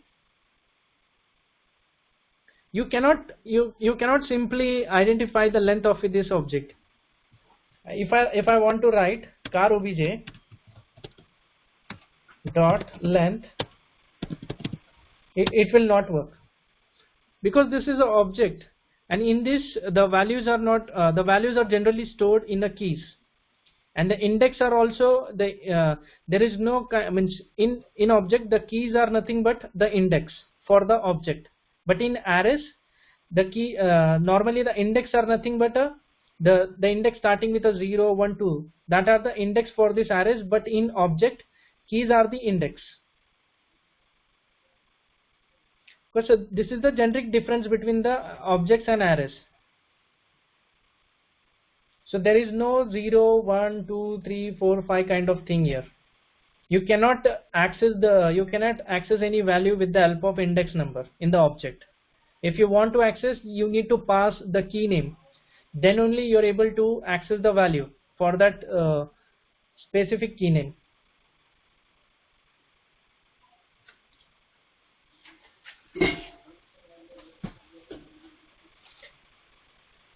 So have you guys understood about this object?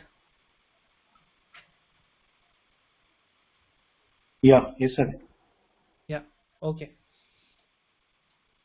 So now what I will do now, so object has methods also, right?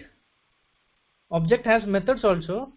So what I will do, let's say I can have the same example which I'm already having, the first name and last name kind of thing. Okay. So now you can also declare the function, you can also provide a function to this property full name. Okay, so this function, it can be called as the method. Okay, so this is the method for this full name property. So how it can be executed? Let's say obj, I'm writing obj dot full name. So though it is a method, what I have to do, then it will get executed, because now what I can see, it is just returning me the structure of an function, right? Whichever the function which is declared inside this. How to call the function? Insert or something? Yeah, generally the functions are called by giving this opening and closing curly braces. Sorry, these are the parentheses. Okay, so with the help of this parenthesis you call the functions, also you call the methods. So for methods and functions we need to specify opening and closing parentheses, then only your function will get executed. So now what happened, the full name, it is a property only, but it is a method also, it acting as a method. So inside that what I have done, I've written the I've written down the return keyword. Okay, so this return keyword will help to return the value when I call this full name method. Okay, after that this dot first name. So what is this keyword? Can anybody tell me that what can be this keyword? Why it is very this refers to the object. Yes, right. So for example, why inside the function, why I have declared this? Because this will always refer to the current object. Okay, so if I am declaring this outside this object, it will act as a global it will act as a global for, okay, it will act globally, but inside this object it will definitely return the current object. So current object is my obj. So if I want to access any properties of current object, for that inside the function I have to first use this dot the property name. So this is the property name. So for accessing the property name, yes. Yeah. So instead of this, can we use obj dot? It will not work. No, I don't think so it will work, because inside the function you cannot access the object, right? Because it is still not declared. It's already written, right? When you're declaring the function, when you're structuring this object, so at the time of declaration, the instant, the current object reference is not present inside the function. That's why. Okay, so if I want to access the current object properties, so for that I have to write this dot first name. So I've done the concatenation of first name and last name with the help of plus, double quotes and plus. Okay, so that's why. So how I can execute this function, that is method. So if I want to execute this, I will simply write obj dot full name and followed by parenthesis. So parentheses are very important. Then only this function can be this method can be triggered. Okay. So you will ask one more question, that why I haven't used double quotes, right? Though I have declared this first name in double quotes, but in object still you can access it without double quotes. If you want to access this first name property, then you need to pass in I've already shown you, right? One thing you need to access like this. Okay.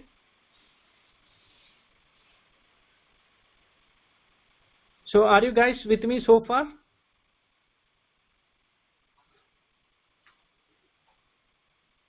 Suppose if I want to print first name, so same obj dot first name will do, right? Yes, obj not first name, right.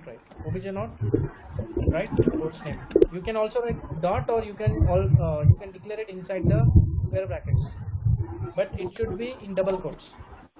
No, here is the car object. We use obj. Sorry, F is capital. No, car object is not. Yeah, got it.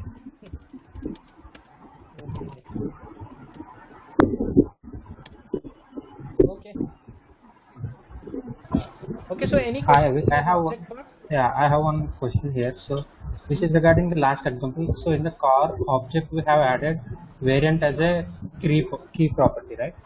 As a pitbull. Right. So here we know that particular object is having only one entry. Okay. So if it is having a kind of array, so on what basis we need to insert the value of variant? Say if you are having that object is having two entries, so for the second entry the variant should be diesel. So on what basis we need to pass the diesel value for the second index? So as you said that it is not having any index value, so based on key only we need to identify the particular property. Right. So for that you need to loop also, right? You can also, there is a loop is kind of one thing that it can fulfill the requirement, but if you know the property, you can directly write obj.variant. So that will also help you to identify, means that will help you to pass the current value. It should be in loop, no? Okay. Yeah, it should be in loop also. Let's say for example, but you have to hardcode the property value, right? But if you are aware of the property will not be changed. So in that you can hardcode the property name. But if it is not, if it is the property can be dynamic, then how you can identify this? Okay. So can't we give the same key? So I mean, like say for example in the object, so this object we are having first name, last name, and full name. So can I have one more key with the same name like first name? Yeah, you can add that. Yes, that is also one solution. So then it will be considering as a second entry. So what you need to do, you need to first identify the key name, and based on that key name just pass that the key name's value into one object reference. So based on that you will get the value. But if you want to change the value on the current time, on the runtime, so for that you need to add one expression condition, right? In a ternary kind of thing. Conditional statement you have to add it, right? Based on that conditional statement, on some condition. You can, yes. Okay, so any other questions?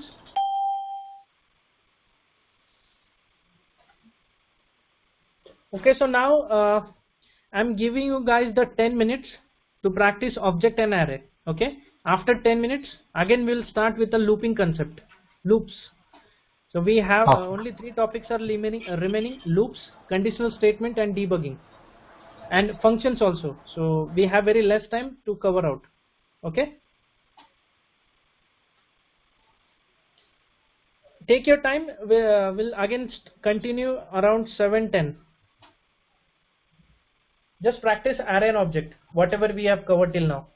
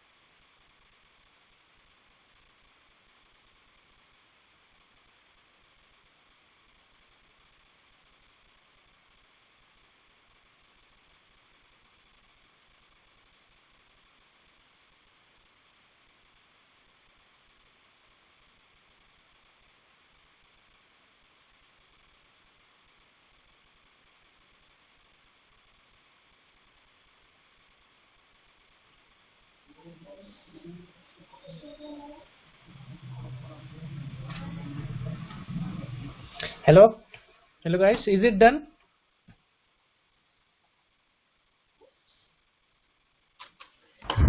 Yes. Yeah, okay. Yeah, yes, Avik. Could I start with the next topic, loops?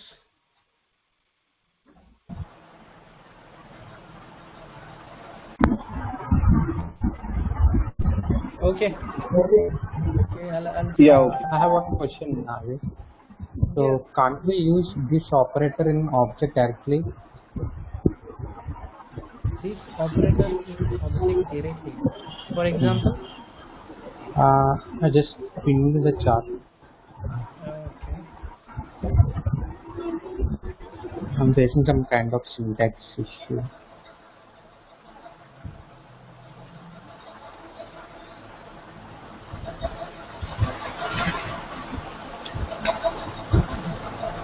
I can see that.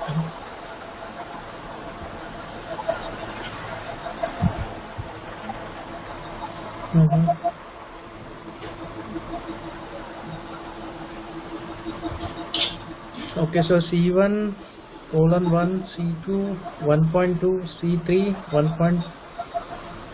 And C4 equal to C1 plus C2. Acha, C1 plus double quote equal to C2. So you tried it. Both are giving some. No, it's not working. Some uncaught syntax errors Yeah, that's why. for both cases. Yeah, that's why we have the methods. That's why. Sorry, Pawan. That's why we have the methods in the object. Yeah, okay. Yeah, but So what this you is can not do, working. we can do one thing also. So let's say. Okay, so now this object is already having method, right? We have written the method inside the full names. So let's say on the real time, this is the current existing object, and what I will do, I'll create one more object. Full name is there, right? Yes. Equal to, but I can use still I can use obj dot the first name plus double equal to obj dot last name. Oh, sorry, I have missed the plus operator. One more plus.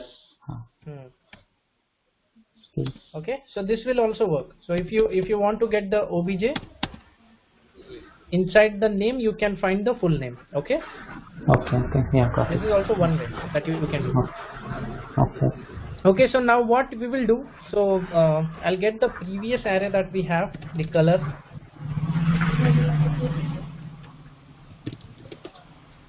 Where is that color array? Okay, so now if I want to look through this array, okay, so anybody know that for loop?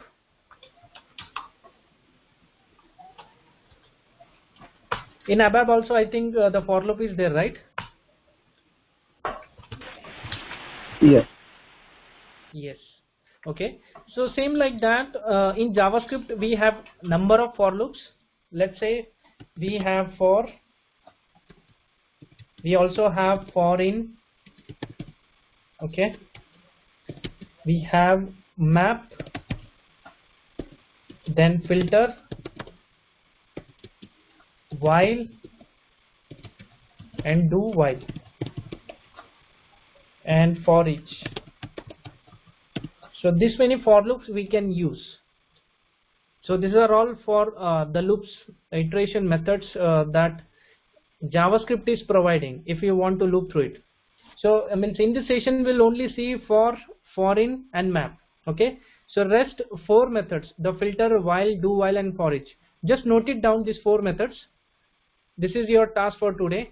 Not today, maybe you can practice in next week, in the coming week. Okay, maybe Monday, tomorrow, or maybe Monday, Tuesday, anytime. Just note it down, these methods: filter, while, do while, and for each.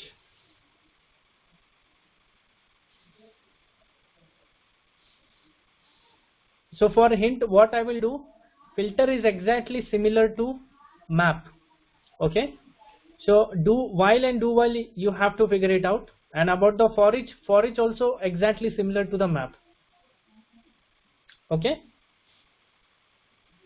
so between the for in and map there is a slight change in the syntax, so that's why I'm taking this for loop, this looping iteration as an important methods. Okay, is it done? Have you guys noted it down?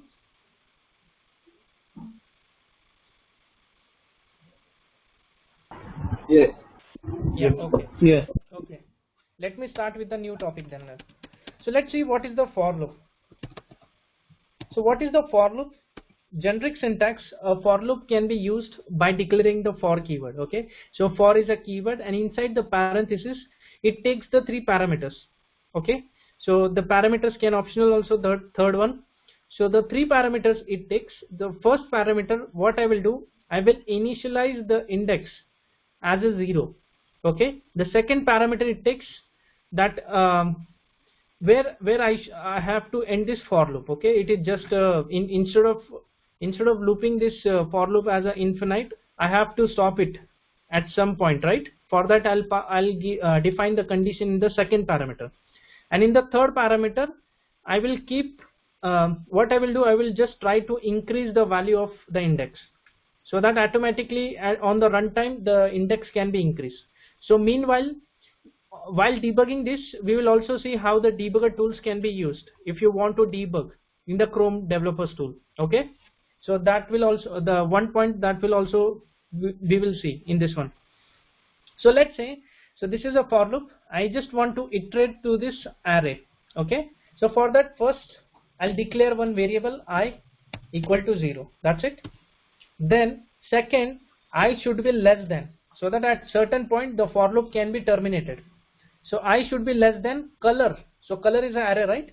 Color dot length. I'll tell it should be color dot length. So what should be the color dot length? I think when I is less than 5, automatically the loop should be terminated. Okay, so just give semicolon separated by, again we need to give the third parameter. So third parameter is that just increase the index. That's it. Okay, and after that, so whatever the condition you want to write, just mention it inside the opening and closing curly braces. Okay, so now inside the for loop, what we have done, the first we have declared this the I variable initially. After that we haven't declared it, right? We have just reused it. So I equal to 0. After that, I should be less than color dot length, means array dot length. So the length is 5, I should be less than 5, and after that I should be incremented. So what I have to do, I will use the console.log method. Okay, so this generally we use this method if you want to print some output inside this control, inside this console. Okay, so that's why I will use the console.log. It is a JavaScript method. Sorry, my caps lock is on. Console.log. Okay, so what I have to do, I have to, instead of manually pulling the data, I will let for loop do this thing for me. Okay, so I will display all the values one by one with the help of this for loop. So what I can write inside this console.log, I'll write color index. Color.I. Not color.I. I have to use opening and closing square brackets because it is array, right? Generally, if you want to access any value with the help of index, so it should be inside the square brackets. Inside that, I have to pass the index number. So I'll pass the index number as a I, because initially I is 0, right? So first it will print the 0 1. So I'll also add the debugger point. So if you want to debug, just add the debugger, the keyword as debugger. Okay, and give semicolon. That's it. Once I hit enter, so automatically you can see on the left hand side paused in debugger, this one pop-up will appear, and so this is your source panel. So this is very important, right guys? Just understand this concept. So source, this is the panel sources.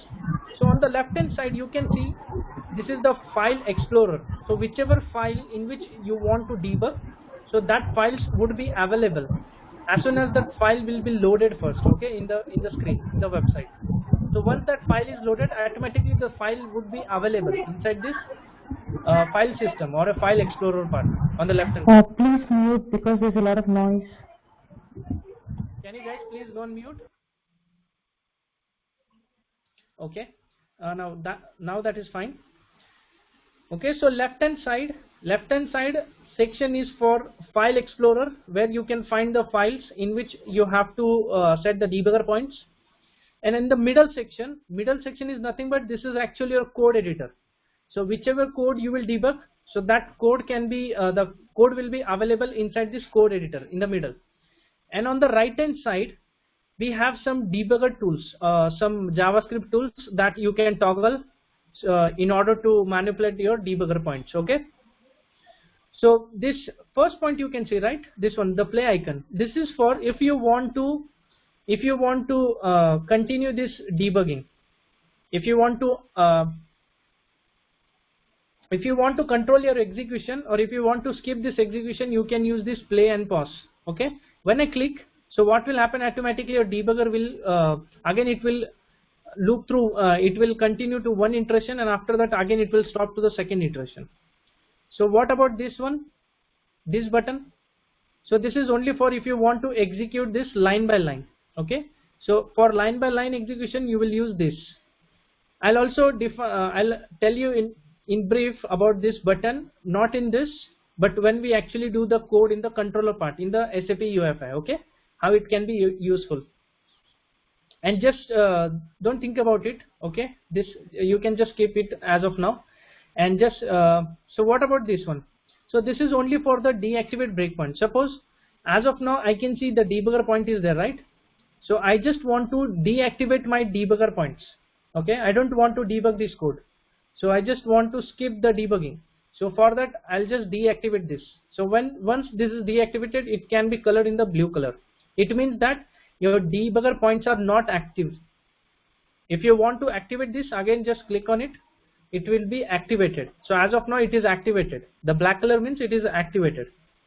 Okay, so now what I will do, so I'll check initially what would be the value of my I, right?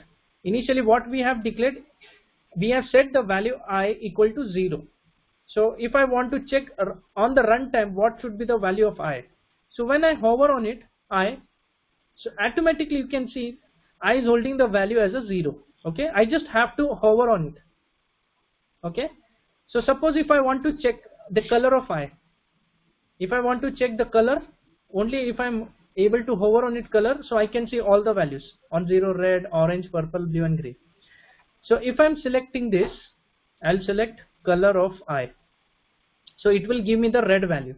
Okay, on real time, on the runtime, it will give me the value as a red. So this is what the value it will get printed in the console.log in the first iteration. Okay, so what I will do, I'll click on this resume. So automatically what will happen, so your one loop of iteration is done, so it is again it stopped at the second iteration. So when I go back to the console tab, I can see the red value. So red value is already printed, right, in the console. So now I'll go for the second value, that is the orange. So again I'll check what is the value of I. So now it is 1, right? 1 second, Avik, how do we know that it is in which iteration? For that iteration also, so we just need to check, means depending on our, we just have to identify, because as of now I have just added the debugger points here, right, on the second. So once iteration is done, again it will stop for second iteration till it all will get executed. Till then you have to identify this based on your ith value. Okay, whether it's on the first iteration or whether it's on the second iteration. Okay, and what about the watch over here? So can we see there? Where? Near the breakpoints in the right navigation pane. This one? Yeah. Nothing is there inside this. Okay. Okay.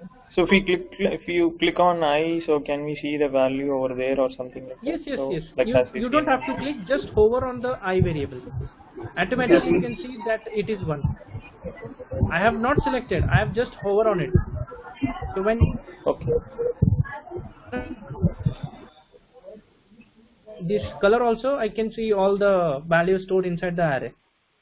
But when I select this, the color of I, only this line of statement will get executed when you select a. So on hover you can see the current value that will get printed in the console.log. Okay. So if I want to execute this statement one line, so I will click on this one. Okay. So now my debugger point is on the third line. Okay. Because I have clicked on this. I said that just execute line by line. So now you will get the same value. So I'll just resume so that this second loop iteration can be completed, and again it will stop at the debugger point, second value. You can also add the debugger points. Suppose if you add, so if you want to add the debugger points, for that you can directly click on this number. Okay. With the help of this also you can add the debugger points wherever if you want to add. That is also possible. If you don't want to means you want the debugger to not stop on this certain lines, you just remove this debugger points. Okay. Are you guys getting this? Yeah, Avik, one question. Anything Yes. possible to in debugging we change the value? Yes. For example, let's say, suppose what I have done now. Now the I is holding what? Current value of I is 1, right? I'll write I here. Okay. So if I'm declaring this variable in the console.log, okay, still it will give me the current value of I variable, because as of now the debugger is at the point on the line number 3. Okay, that's why it can still able to get the value from the I. So I'm able to see that current value of I is 1. So if I want that value to be changed, right? So that only the question you asked, right? Yes. Yes. If you Yeah. want to change the value, instead of 1, I'll say that let the I should be 3. Okay. I'll enter, and now I just go back and now I'll check what is the value of I. It is 3, right? And now I'll select what should be the I value. It's a blue. It changed, right? No, no, no. My question So is, it changed the iteration value. Yeah, can please. you open console Avik once? Yeah. Okay. In console. So, for example, if I equal to 3, so I equal to 3 means we need to display blue, right? So I need to Right. change the value. Dynamically, I need to change the value. I can change the blue to black. Is anything possible in runtime? Yes, on Debugging. runtime it is possible. For example, let's say now what is happening now, the color of I, the blue can be displayed, right? And instead of blue, if you want to change the value, so that you can change here. But as of now, why it is not possible? You can see a slight light yellow color has been applied in the background. Okay. So Okay. when slight yellow background is applied on this code editor, it means that you cannot change the code. Okay. Generally it doesn't happen when you debug the code from the SAP UI5 app. But if some syntax error happen, if there is a slight syntax error in the code, so automatically this light yellow background would be applied and you cannot change the code here. I cannot do anything. See, if I'm typing. Okay. Okay. But it is possible, right, in SAP UI5? Yes, in SAP UI5 it is possible. When you do the code debugging, so that debugging would be done in this console only. Okay, that's why I'm explaining you this debugging tool. Yeah. Okay. Okay. So now what I will do, I will just deactivate the debugger points and I'll click on this resume. So my debugger will be removed, and in console I can see all the values because I have changed the index of I, right? Initially it was 1, I have directly changed it to 3. So that's why after the 3, current value on the 3 is printed, and for the 4th value is green. So after that it was completed. Okay, so this is just a generic information related to the for loop and the debugging tools. Any questions in this?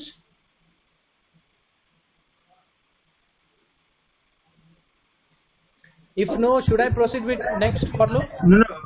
Avik, I mean, see, you have printed the console.log, right? So it should print the red, orange, red, orange, purple, blue, and green, right?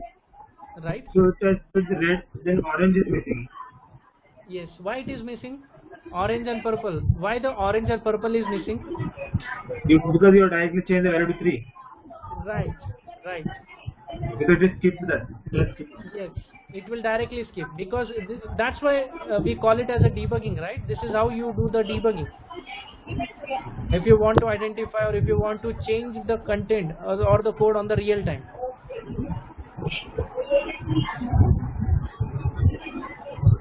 Anyone has any questions apart from this? No. Okay. So now let's start with the next for loop, that is the foreign. Okay. So we'll see how the foreign loop will work. So this is the same array. So foreign also it's similar to the for loop, but there is some slight change in the syntax. Okay, I'll use the same keyword for, and inside the parenthesis it just takes the two parameters. One is the variable where I'll write index, okay, in the array name. That's it. This is only the syntax you have to use. So you will pass the first index as a first parameter as the variable name, okay, and second in keyword is required. So what I am saying that the index I want inside of this color, the color array. So at the last you need to pass the array name, okay. So this is your array variable. So now I'll use the opening and closing curly braces. So here you're thinking about, right, the I is not there, how the loop will be incremented, right? So that is you don't have to worry. Automatically this foreign by default it is a built-in function, so internally it will work as a for loop. Okay, so what I will do, I'll say color in bracket, I'll pass key. So also no need to give the last iteration as well, the end wherein I less than color dot length. Yes.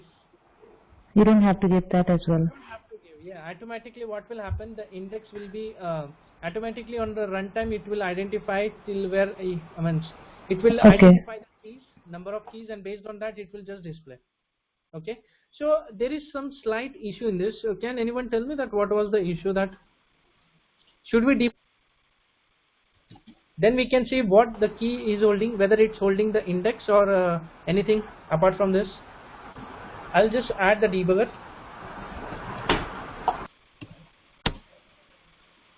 Oh sorry, there is some slight, or sorry, the key is not defined, right? We have used the index. Okay, I'll enter.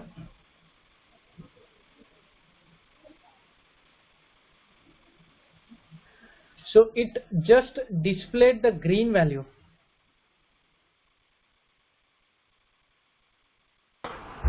Yeah, the last one.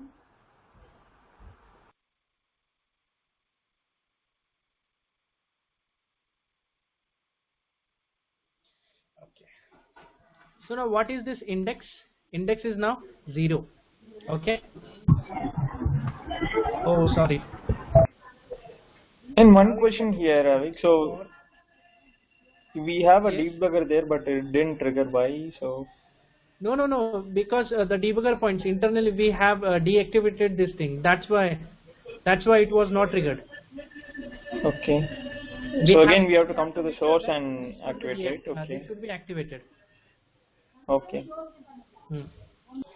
Let me change the syntax also. This will not print actually. I'll write console.log.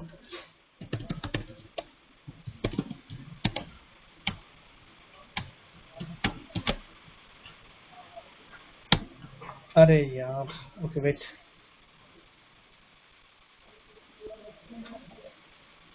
Mistake. Okay. So now my debugger is pointed at the second number line number. Okay. So when you add the debugger keyword, you don't have to add the breakpoints like this. Okay. So by default, wherever the debugger keyword is added, automatically your debugger will stop at that line number. Okay.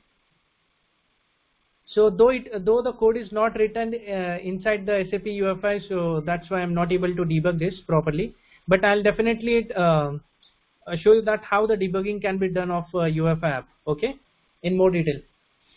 So now let's say, so my debugger is pointed at the second number, at the second line number, and what is the index? What would be the value of index? So the value of index is 0, right? It's the same value that I'm getting, right? Initially the value of index is 0. I execute this, then I'll check the console. The red is printed. So same like I'll check for the second index. So what would be the index number second? Now it is a 1. Okay. So again I'll execute. The orange is printed. Now it will go for the third index.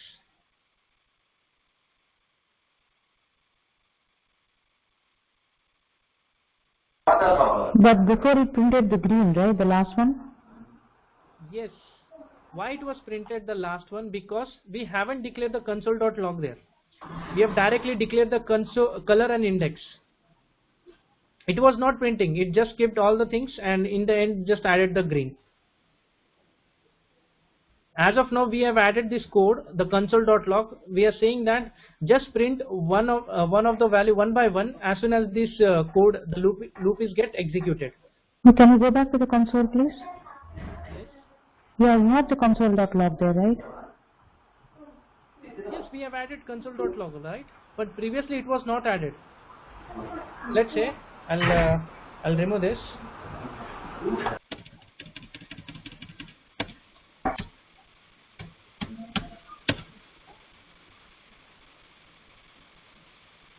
Sorry. See? So this was the issue. That's why I want to display each and every value at a runtime.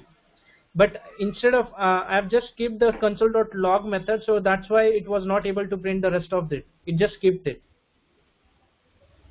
So this will not happen when you work on it. Actually, on real time we never use console.log. Okay. In SAP UI5 using the console. So you mean to say even if you switch on the debugger, if you activate the debugger point, then the color index will be showing the last? No. If you're going to the loop. What it is doing, it is just keeping the rest of the points. Okay. So it is not printed the initially points, the initial whatever the values are there, it is not printed because we haven't declared the console.log. We haven't said that to print the values on the console. So this is the good question. So just think so of then it. Hello? Yeah, Anvik, then how in that case green is getting printed? Yes, that only the one question that you need to find out. Okay. Okay. So for today's task is that how the green was printed if we avoid the console.log statement. Okay. The last value. Yes, only the last value. Why it was printed? Because already on the because it only got the last value at the runtime. Means already all the values are executed, but it doesn't know what to do. So at the end, whatever it remains, it has printed that. Okay. Just do the Google thing, okay, for this issue. So what was the issue occurred in this, and so what will be the solution? It is slightly different with what the normal debugging in a app or SAP is, right? It's very different, yeah. But at least you guys are able to understand it, right? How the foreign loop works. We don't have to initialize it with the 0. Automatically it will pick the key from this the array. Okay. So basically these foreign loops that are not spatially associated with the array. Okay. This foreign loop is spatially developed for working with the object. If you want to work with the object, in that case only this foreign loop will work. I have used this foreign loop for an array because this is not a good practice at all. We have to use the foreign loop only for the object related things. So what I'll do, I'll clear the console, and now I'll show you that how to iterate through an object. Okay, so we have seen the car object, right? Car obj. So now this is your object. So I can see what I can see. This is the object, but on the runtime, using by iterating, I just want to print the values from each property. Okay, so for that we have the option foreign loop. So foreign loop is very important. It is specially designed to work with the data like objects. Okay, we don't use the foreign in case of arrays. We generally use the foreign in case of objects. Okay, so now let's see how to use the foreign loop in case of objects. So the syntax is definitely it's the same. Var key in the car obj. That's it. And what I will do, I'll just do console.log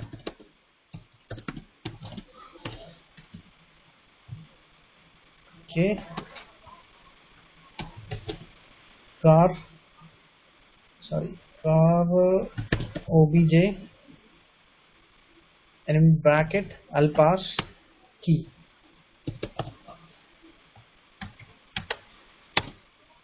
See, I'm able to print the values right from this object. So though it is not an array, but still I'm able to loop through it, and from each iterate what is done, initially the key would be brand, and after that it will go for the second property, that is name, and after that again it will go for the price, and again it will for color and variant. So this is how. So what it has done, so if I want to access, if I just want to print the values related to these properties, so this is your car obj, right, actual object, and in bracket I have just passed the key name. So as of now this key is not holding the index, this key is holding the property name. Okay, so on runtime I have just printed the values based on the properties. So what if we want to print both brand name and Honda like this? So it will be. Suppose sorry, I didn't get. Sorry, what? Suppose we are only printing the value, right? Like. So if I want to put both things, key value and the value, Okay. Property and the name. That also you can do. For example, let's say. So you have to, maybe what you need to do, you need to create one object for this. So based on that only you can do. Let's say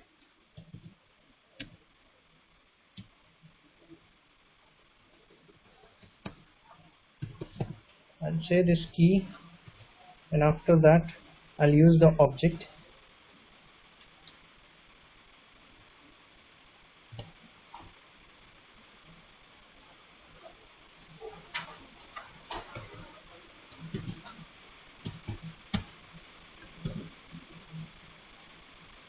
Sorry, this will not work.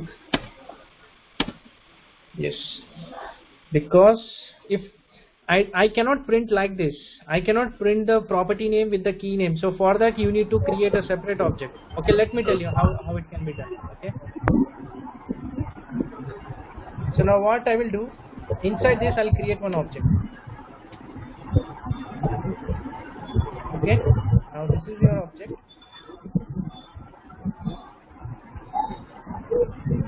Yeah.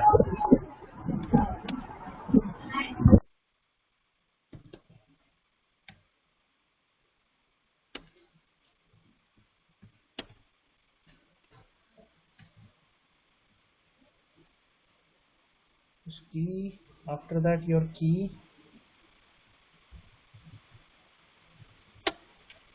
Let's do a debugging.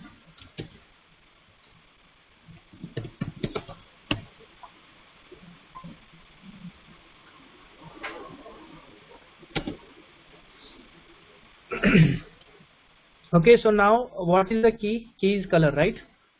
Currently the first property First property is color. Yes, sorry, yeah, first property is color, and after that the key is the property and this is the value, right? The value is black. So it is access. I'll just execute this line. Okay, so now in console you can see the key colon black, but our key is not printed, Yes. though the key is having the color, right? Yes. But in this case, suppose if I'm changing the structure, let's say I'll remove. Havik, do we need one more console to print the object of that key? One more console. To print that value at that particular key. Yeah, actually what is there, suppose see what I've done, now I've added the key, right? So key is just it's a name that which is appearing as it is, colon and the value name, right? So if you want to print both, so actually already it is printed, right? It's already stored in the object. So why you need to print the key with the value? Basically what we do, we basically print the values rather than the properties. Well, what he said, even I would also agree to it. See, console.log, you have given key, right? And after that, why can't we give again a console.log car object key? Yeah, that's what I know. Okay, just tell me now. Okay, I'll remove the debugger. Let's see. Yes, yeah. So near car object, maybe you have to put again a console log. Okay. Before that, right? In the start? Yes, yes. Console.log. What I have to do now?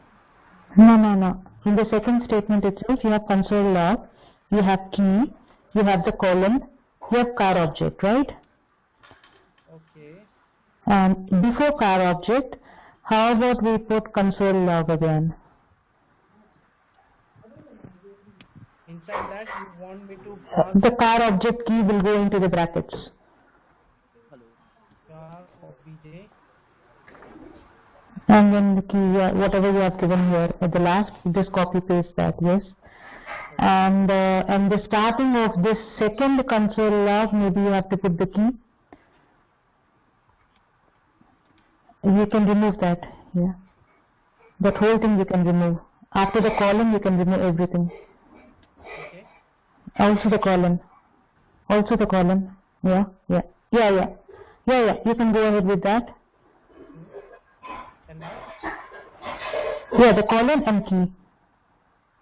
Like how you have given before. Column and key, which you have deleted. Inside this or outside? Outside the first bracket, yeah. Yeah, key. How about we keep like this? I don't know whether it works, but yeah. Okay, should I execute this? Yeah. Hopefully. Yeah. it will not work generally. So 2 console logs it doesn't take. Yes. Hello, I think We thought it's like a right statement in I have posted the query in the chat. This would work. Okay. Print the key value first.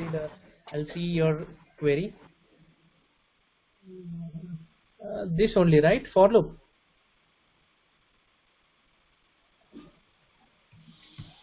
I'll copy.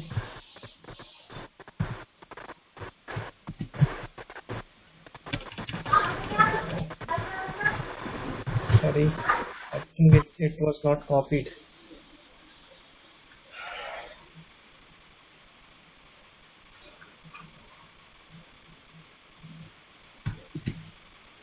Oh, I don't think so. It is not copying at all. Can you please tell me the syntax? Yes. In console log, first we type key. Okay, I'll remove Yes. key. Yeah. key, then add an addition symbol. Plus, right? Yes. And inside Now this, we can directly print the values as we print normally. right? And now the values as key. This way, right? This is right syntax? Yes. Yeah, okay.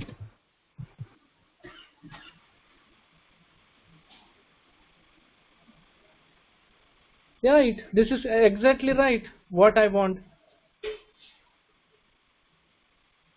So what was the difference between the only key and car obj of key here? Actually, we were trying to print two strings without concatenating. Yes. But what happened now here? Okay.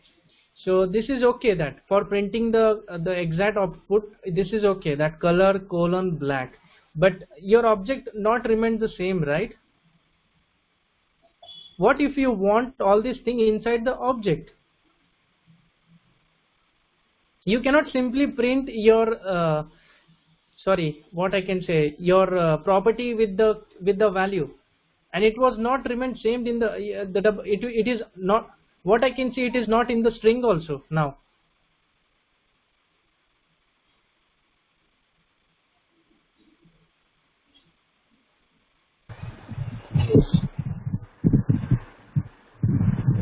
To search something else for it. Okay, no, but this is fine actually. This is very good. As working with the object, this is really good that that you are able to concatenate the key with the value again as it is what we require actually. That only I'm expecting from you guys. I thought this was the solution. No, this is the right solution, but make sure that from object we are just extracting these values, right? Displaying these values, but on the runtime we never do this. Actually, we make a one object from another object. Okay. Okay. If you want to extract some data from the current object, you can do with the help of this. But generally, we don't display these values on the as output screen. But at least you guys are able to understand, right, how the key works in the object. Just you're displaying the key means it would be just a key or property name. Okay. And if you want to display the value associated with the key, so for that you just need to pass the object name, and inside the square bracket pass the value name, sorry, the key name. Automatically it will fetch the value from your key. Okay.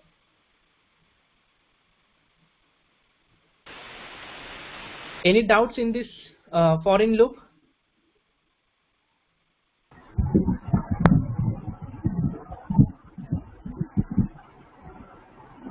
Hello?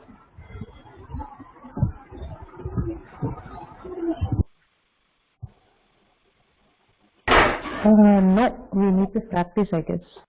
Yes, we need a practice, that's only. Because as of now I'm just explaining, you will understand, but after a few days again you will be blank. You can't remember anything about this. Everything will be disappear. Okay, so now let's see map method. So map is also a very interesting method in order to loop. So I have the same object. Okay, so this is only the object I am having, and I'll use the map. So for using the map method, so map is a method. Okay, it is not like a for loop and all. In for loop, generally what you do, inside the parameters you pass the object, right? But for the map you need an object. Based on that object only you can call the map. So how the syntax changes? So I am writing the car obj, and I have to write dot map. Okay, so dot map, and inside that I'll use the semicolon, and inside that generally map method takes first it takes the callback. So callback is nothing but it is a function. Okay, I'll write the function. So you have to use the function keyword, and inside that just use opening and closing curly bracket. That's it. Okay, so what I've done, I've used the car obj dot map. So map is a method, and inside the map I've written the function. I've declared one function, opening and closing parenthesis, and after that again opening and closing curly braces, okay, inside the bracket. Then I'll also give some parameters. So I think you guys will not understand this function because we haven't covered the function, right? The functions, how the function works in the JavaScript. Okay, so before I start with this map, let me tell you the functions and method first. Then you guys can understand. Okay. So what is the function? Anyone can tell me that what is the function in Java? I mean, generally, what can be the function? A reusable code, maybe. What it is? It is a code, right? A reusable code. Okay, reusable code. Any other answer? Function is nothing but returns a value. Okay, it returns a value. Okay, so let me tell you what is a function. A function is nothing but it is just a block of statements. Okay, so when the function is called, the block of statements will get executed, right? So if you want to, so basically the main purpose of function is that a reusable code. If you want to call the same function again and again, so instead of writing the code for 1000 lines or 1000 times, you can just write it down in one single function, and that can be called n number of times, right? So what function will do, it will just reduce the number of lines of code in your project. So that's how the function works. So let me tell you how the general syntax of declaring the function in the JavaScript. So if you want to declare any function in the JavaScript, so for that you will use the function keyword. So function is a keyword followed by the function name. So function name is required for your function, right? So the function name would be sum, or I will write it as the total. Okay, so now total, it is your function. Okay, and after that followed by the parenthesis and followed by opening and closing curly braces. So whatever the code you will write, it should be written inside the opening and closing curly braces. You will not write inside the parenthesis. Okay, so now I have declared the function with the function keyword followed by your function name, and the naming convention is same like the variables. It contains the letters, digits, and also the dollar or underscore sign. Okay, so what I will do, I'll execute, I'll write the console.log.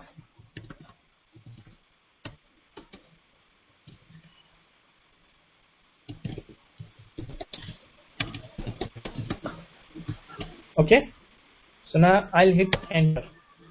So how to execute this function now? I've declared this function now. So what can means if I want to execute this function, if I want to call this function, how it can be called?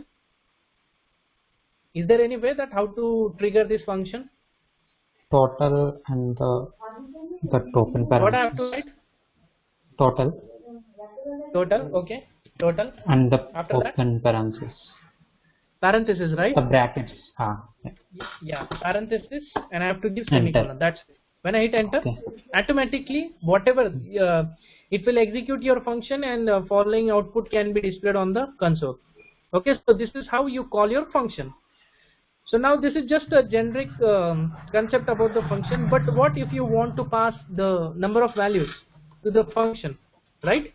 So let's say I'll take the same function. Okay, so this is our function. So when I'm triggering this function, in the meanwhile I just want to pass the values also to this function. Okay, so when you pass these values, that values can be arguments. Okay, the values can be arguments in the JavaScript, and same when you pass the values in this function, that will act as a parameters to this function. Let's say I want to calculate the total, right? The total of total height and width. Okay, so let's say I'm adding height comma width. So two parameters I have passed to this function total. First parameter is height. So whenever you want to pass any parameter inside the function, if it is single, then you don't have to specify the the colon.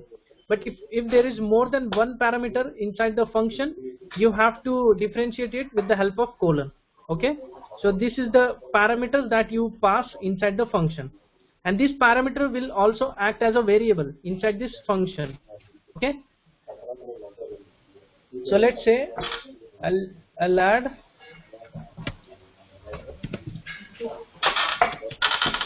CI height into width. Okay, I'll enter. So now what I will do, to invoke this function, I'll pass this value as an argument. First I have to pass the value as a height, right? So the first value I'll pass as 10, and after that I'll give the the comma, and the width as a 20. That's it. When I hit enter, automatically the multiplication of height into width, the output can be displayed when this function will get executed. Okay, so I'm getting the total as a 200. So this is how this is just a simple concept of function. Are you guys getting this? How to pass the parameters, how we pass the values also to this function, and how the functions are invoked? Yeah, got it. But how can we make the parameters as a optional or required? If you means for example, okay, let's say, but what will happen, suppose you want to make these parameters as optional, right? Yeah, I think as of now it is considered as a mandatory, right? So when you are trying to print the total and bracket, it is accepting two values. So that means those two are mandatory. So how can we give? Yeah, let's say I'll add one more parameter as sum.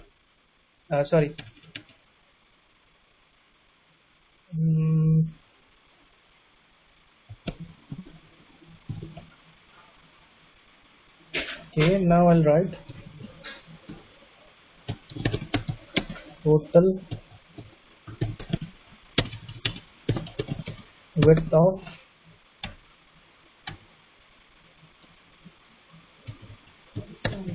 plus, and inside that I'll add angle.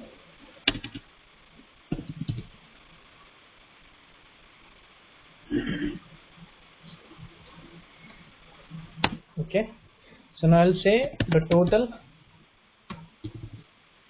just pass 10, 20. That's it. Still it will work. Okay. Okay. But earlier we were seeing like some question mark, no? So you showed like, so how to access some properties of a variable. There it is having some kind of question marks. No, that is not a function. That are the methods.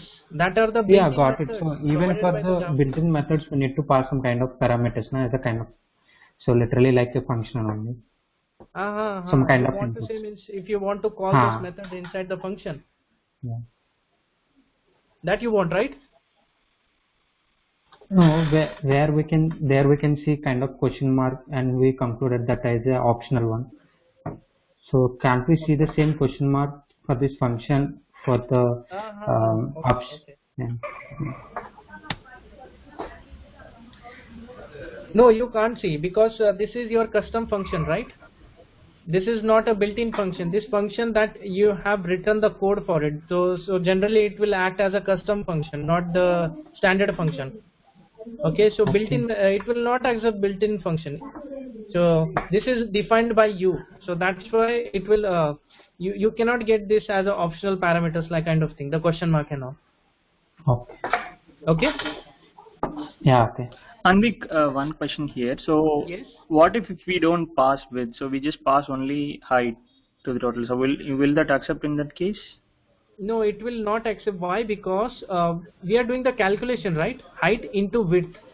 So this whatever the parameters values we pass, so your function will give the error. It will throw the error. Before you declare any function, make sure that it should be properly aligned in the code. Otherwise, it will definitely throw an error. Dump. It will go for a dump, right? Yes. No, I'm asking now, will width take any default values, or it is going to be always 0? So that's what my question. No. By default, it should be undefined only. JavaScript Okay. will always define the value as undefined for that. Okay. Okay. So everybody understood that what is the functions and methods? How to trigger a function? Yes, sir. It was easy, right? It is not tricky. That's why the JavaScript is called as a lightweight. It is just that you guys just need a practice. That's it. If you guys are practicing in this week properly, then everything is easy for you. Nothing complex. Yeah. Okay, so now I'll complete the point that is of the map function, right? The map one.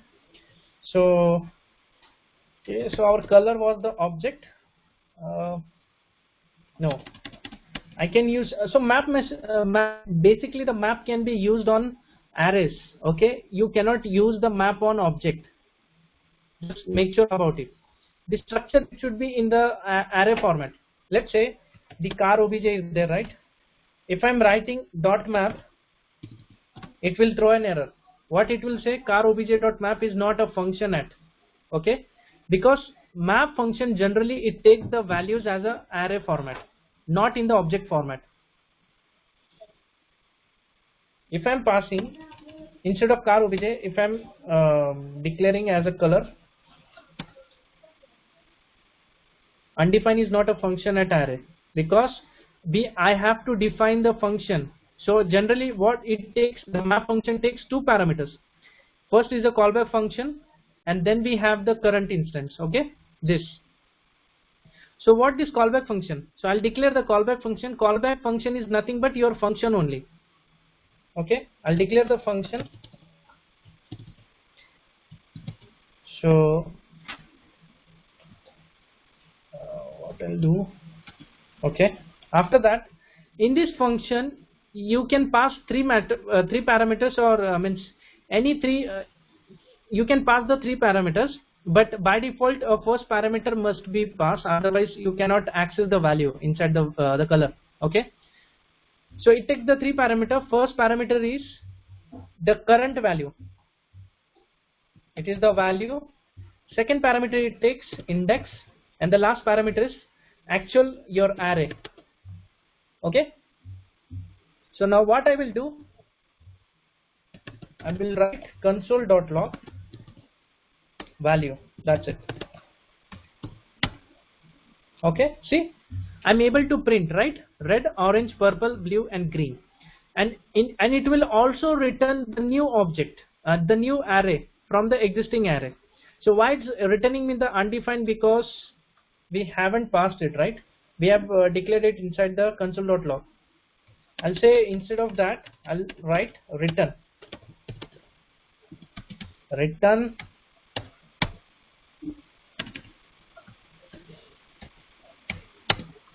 okay, so it will return all the values in the new array. So what map function does, this function from an existing array it creates the new array. Okay, so that's why we generally use the map function. So if you have the if you have some requirement that you need to create an array from an existing array, so for that you will generally prefer the map function. Okay, so in the map function, map method generally takes the three parameters as a callback function, that is the value, index and color. So let me tell you how the index can means how I can display the index.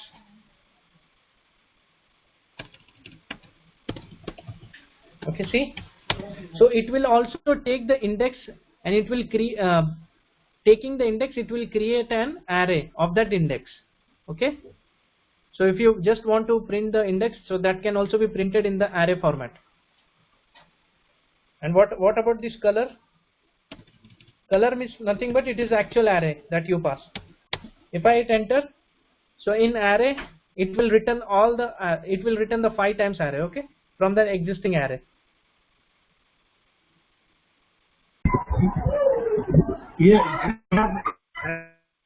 one question. The function is you haven't right? You directly pass the function. Your voice is very low. Can you please speak up loudly? I'm saying that in the color map function is it the standard one or you haven't created right function? Acha, this function. Yeah. This function, right? Yeah. Yes. By default, it means it is a built-in function for the map method. Okay. Okay. This map is the standard function of a JavaScript, but inside that you have the two parameters. That first one is the callback function. Then you have the one if you want to pass the current instance or any arguments. Okay. But inside that first the parameter, that is the function. Generally inside this function, this is the three parameters that is also built in for this function. That first is the value, then is the index, and then we have the actual array. If you want to pass the entire array, that you can also do. Okay, but index and color, this is the optional parameter, but the value it is not a yes, it is a mandatory.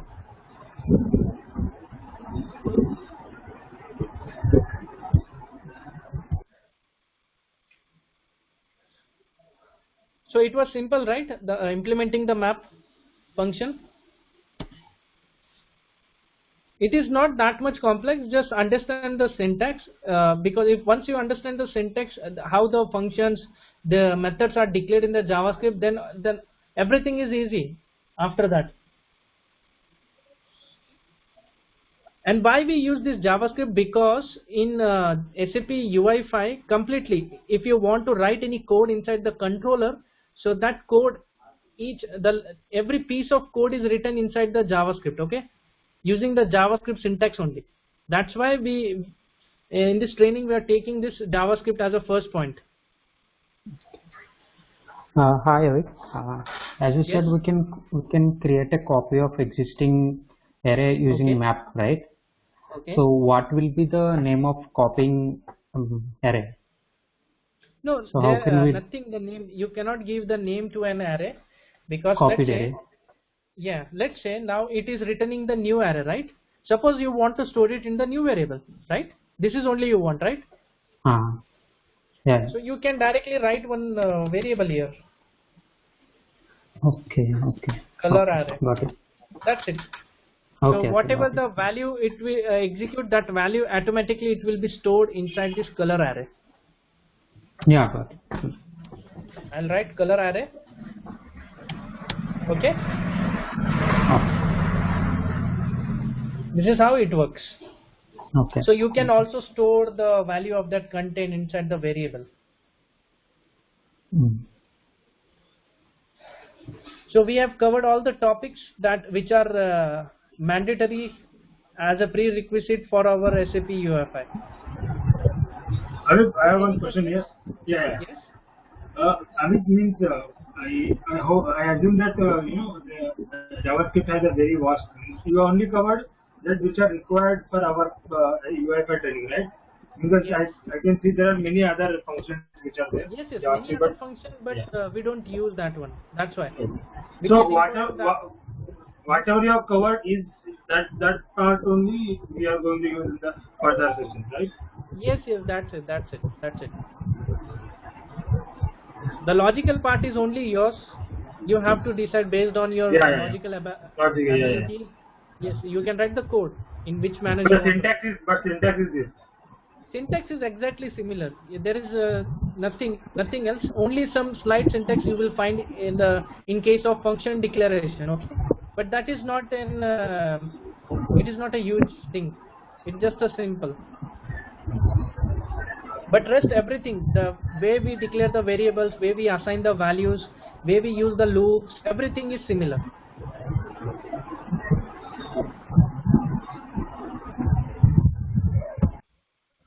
Okay, so now, so should we wrap this call? Any questions anyone want to ask before we end this call? Can we get any documentation on the script JavaScript? So which is not documentation. So if you want to learn the JavaScript, I'll ping, on WhatsApp group, I'll ping 2 important websites that will definitely help you in order to get as a reference. Okay, I'll ping you on the WhatsApp group. Okay.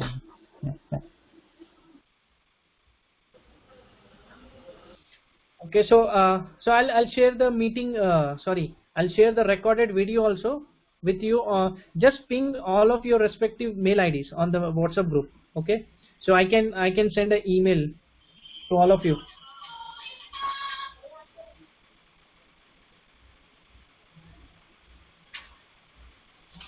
Just ping your mail IDs on WhatsApp group. Sure, sir.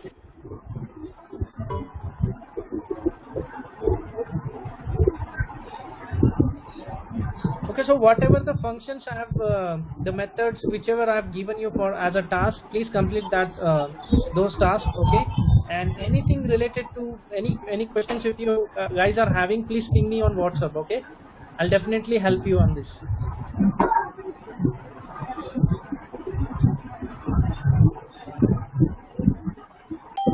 Okay, then nobody has any questions, right?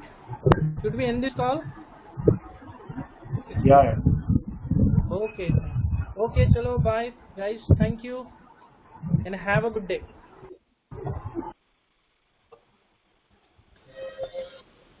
Thank you. Yeah. Thank you. You too. Thank you.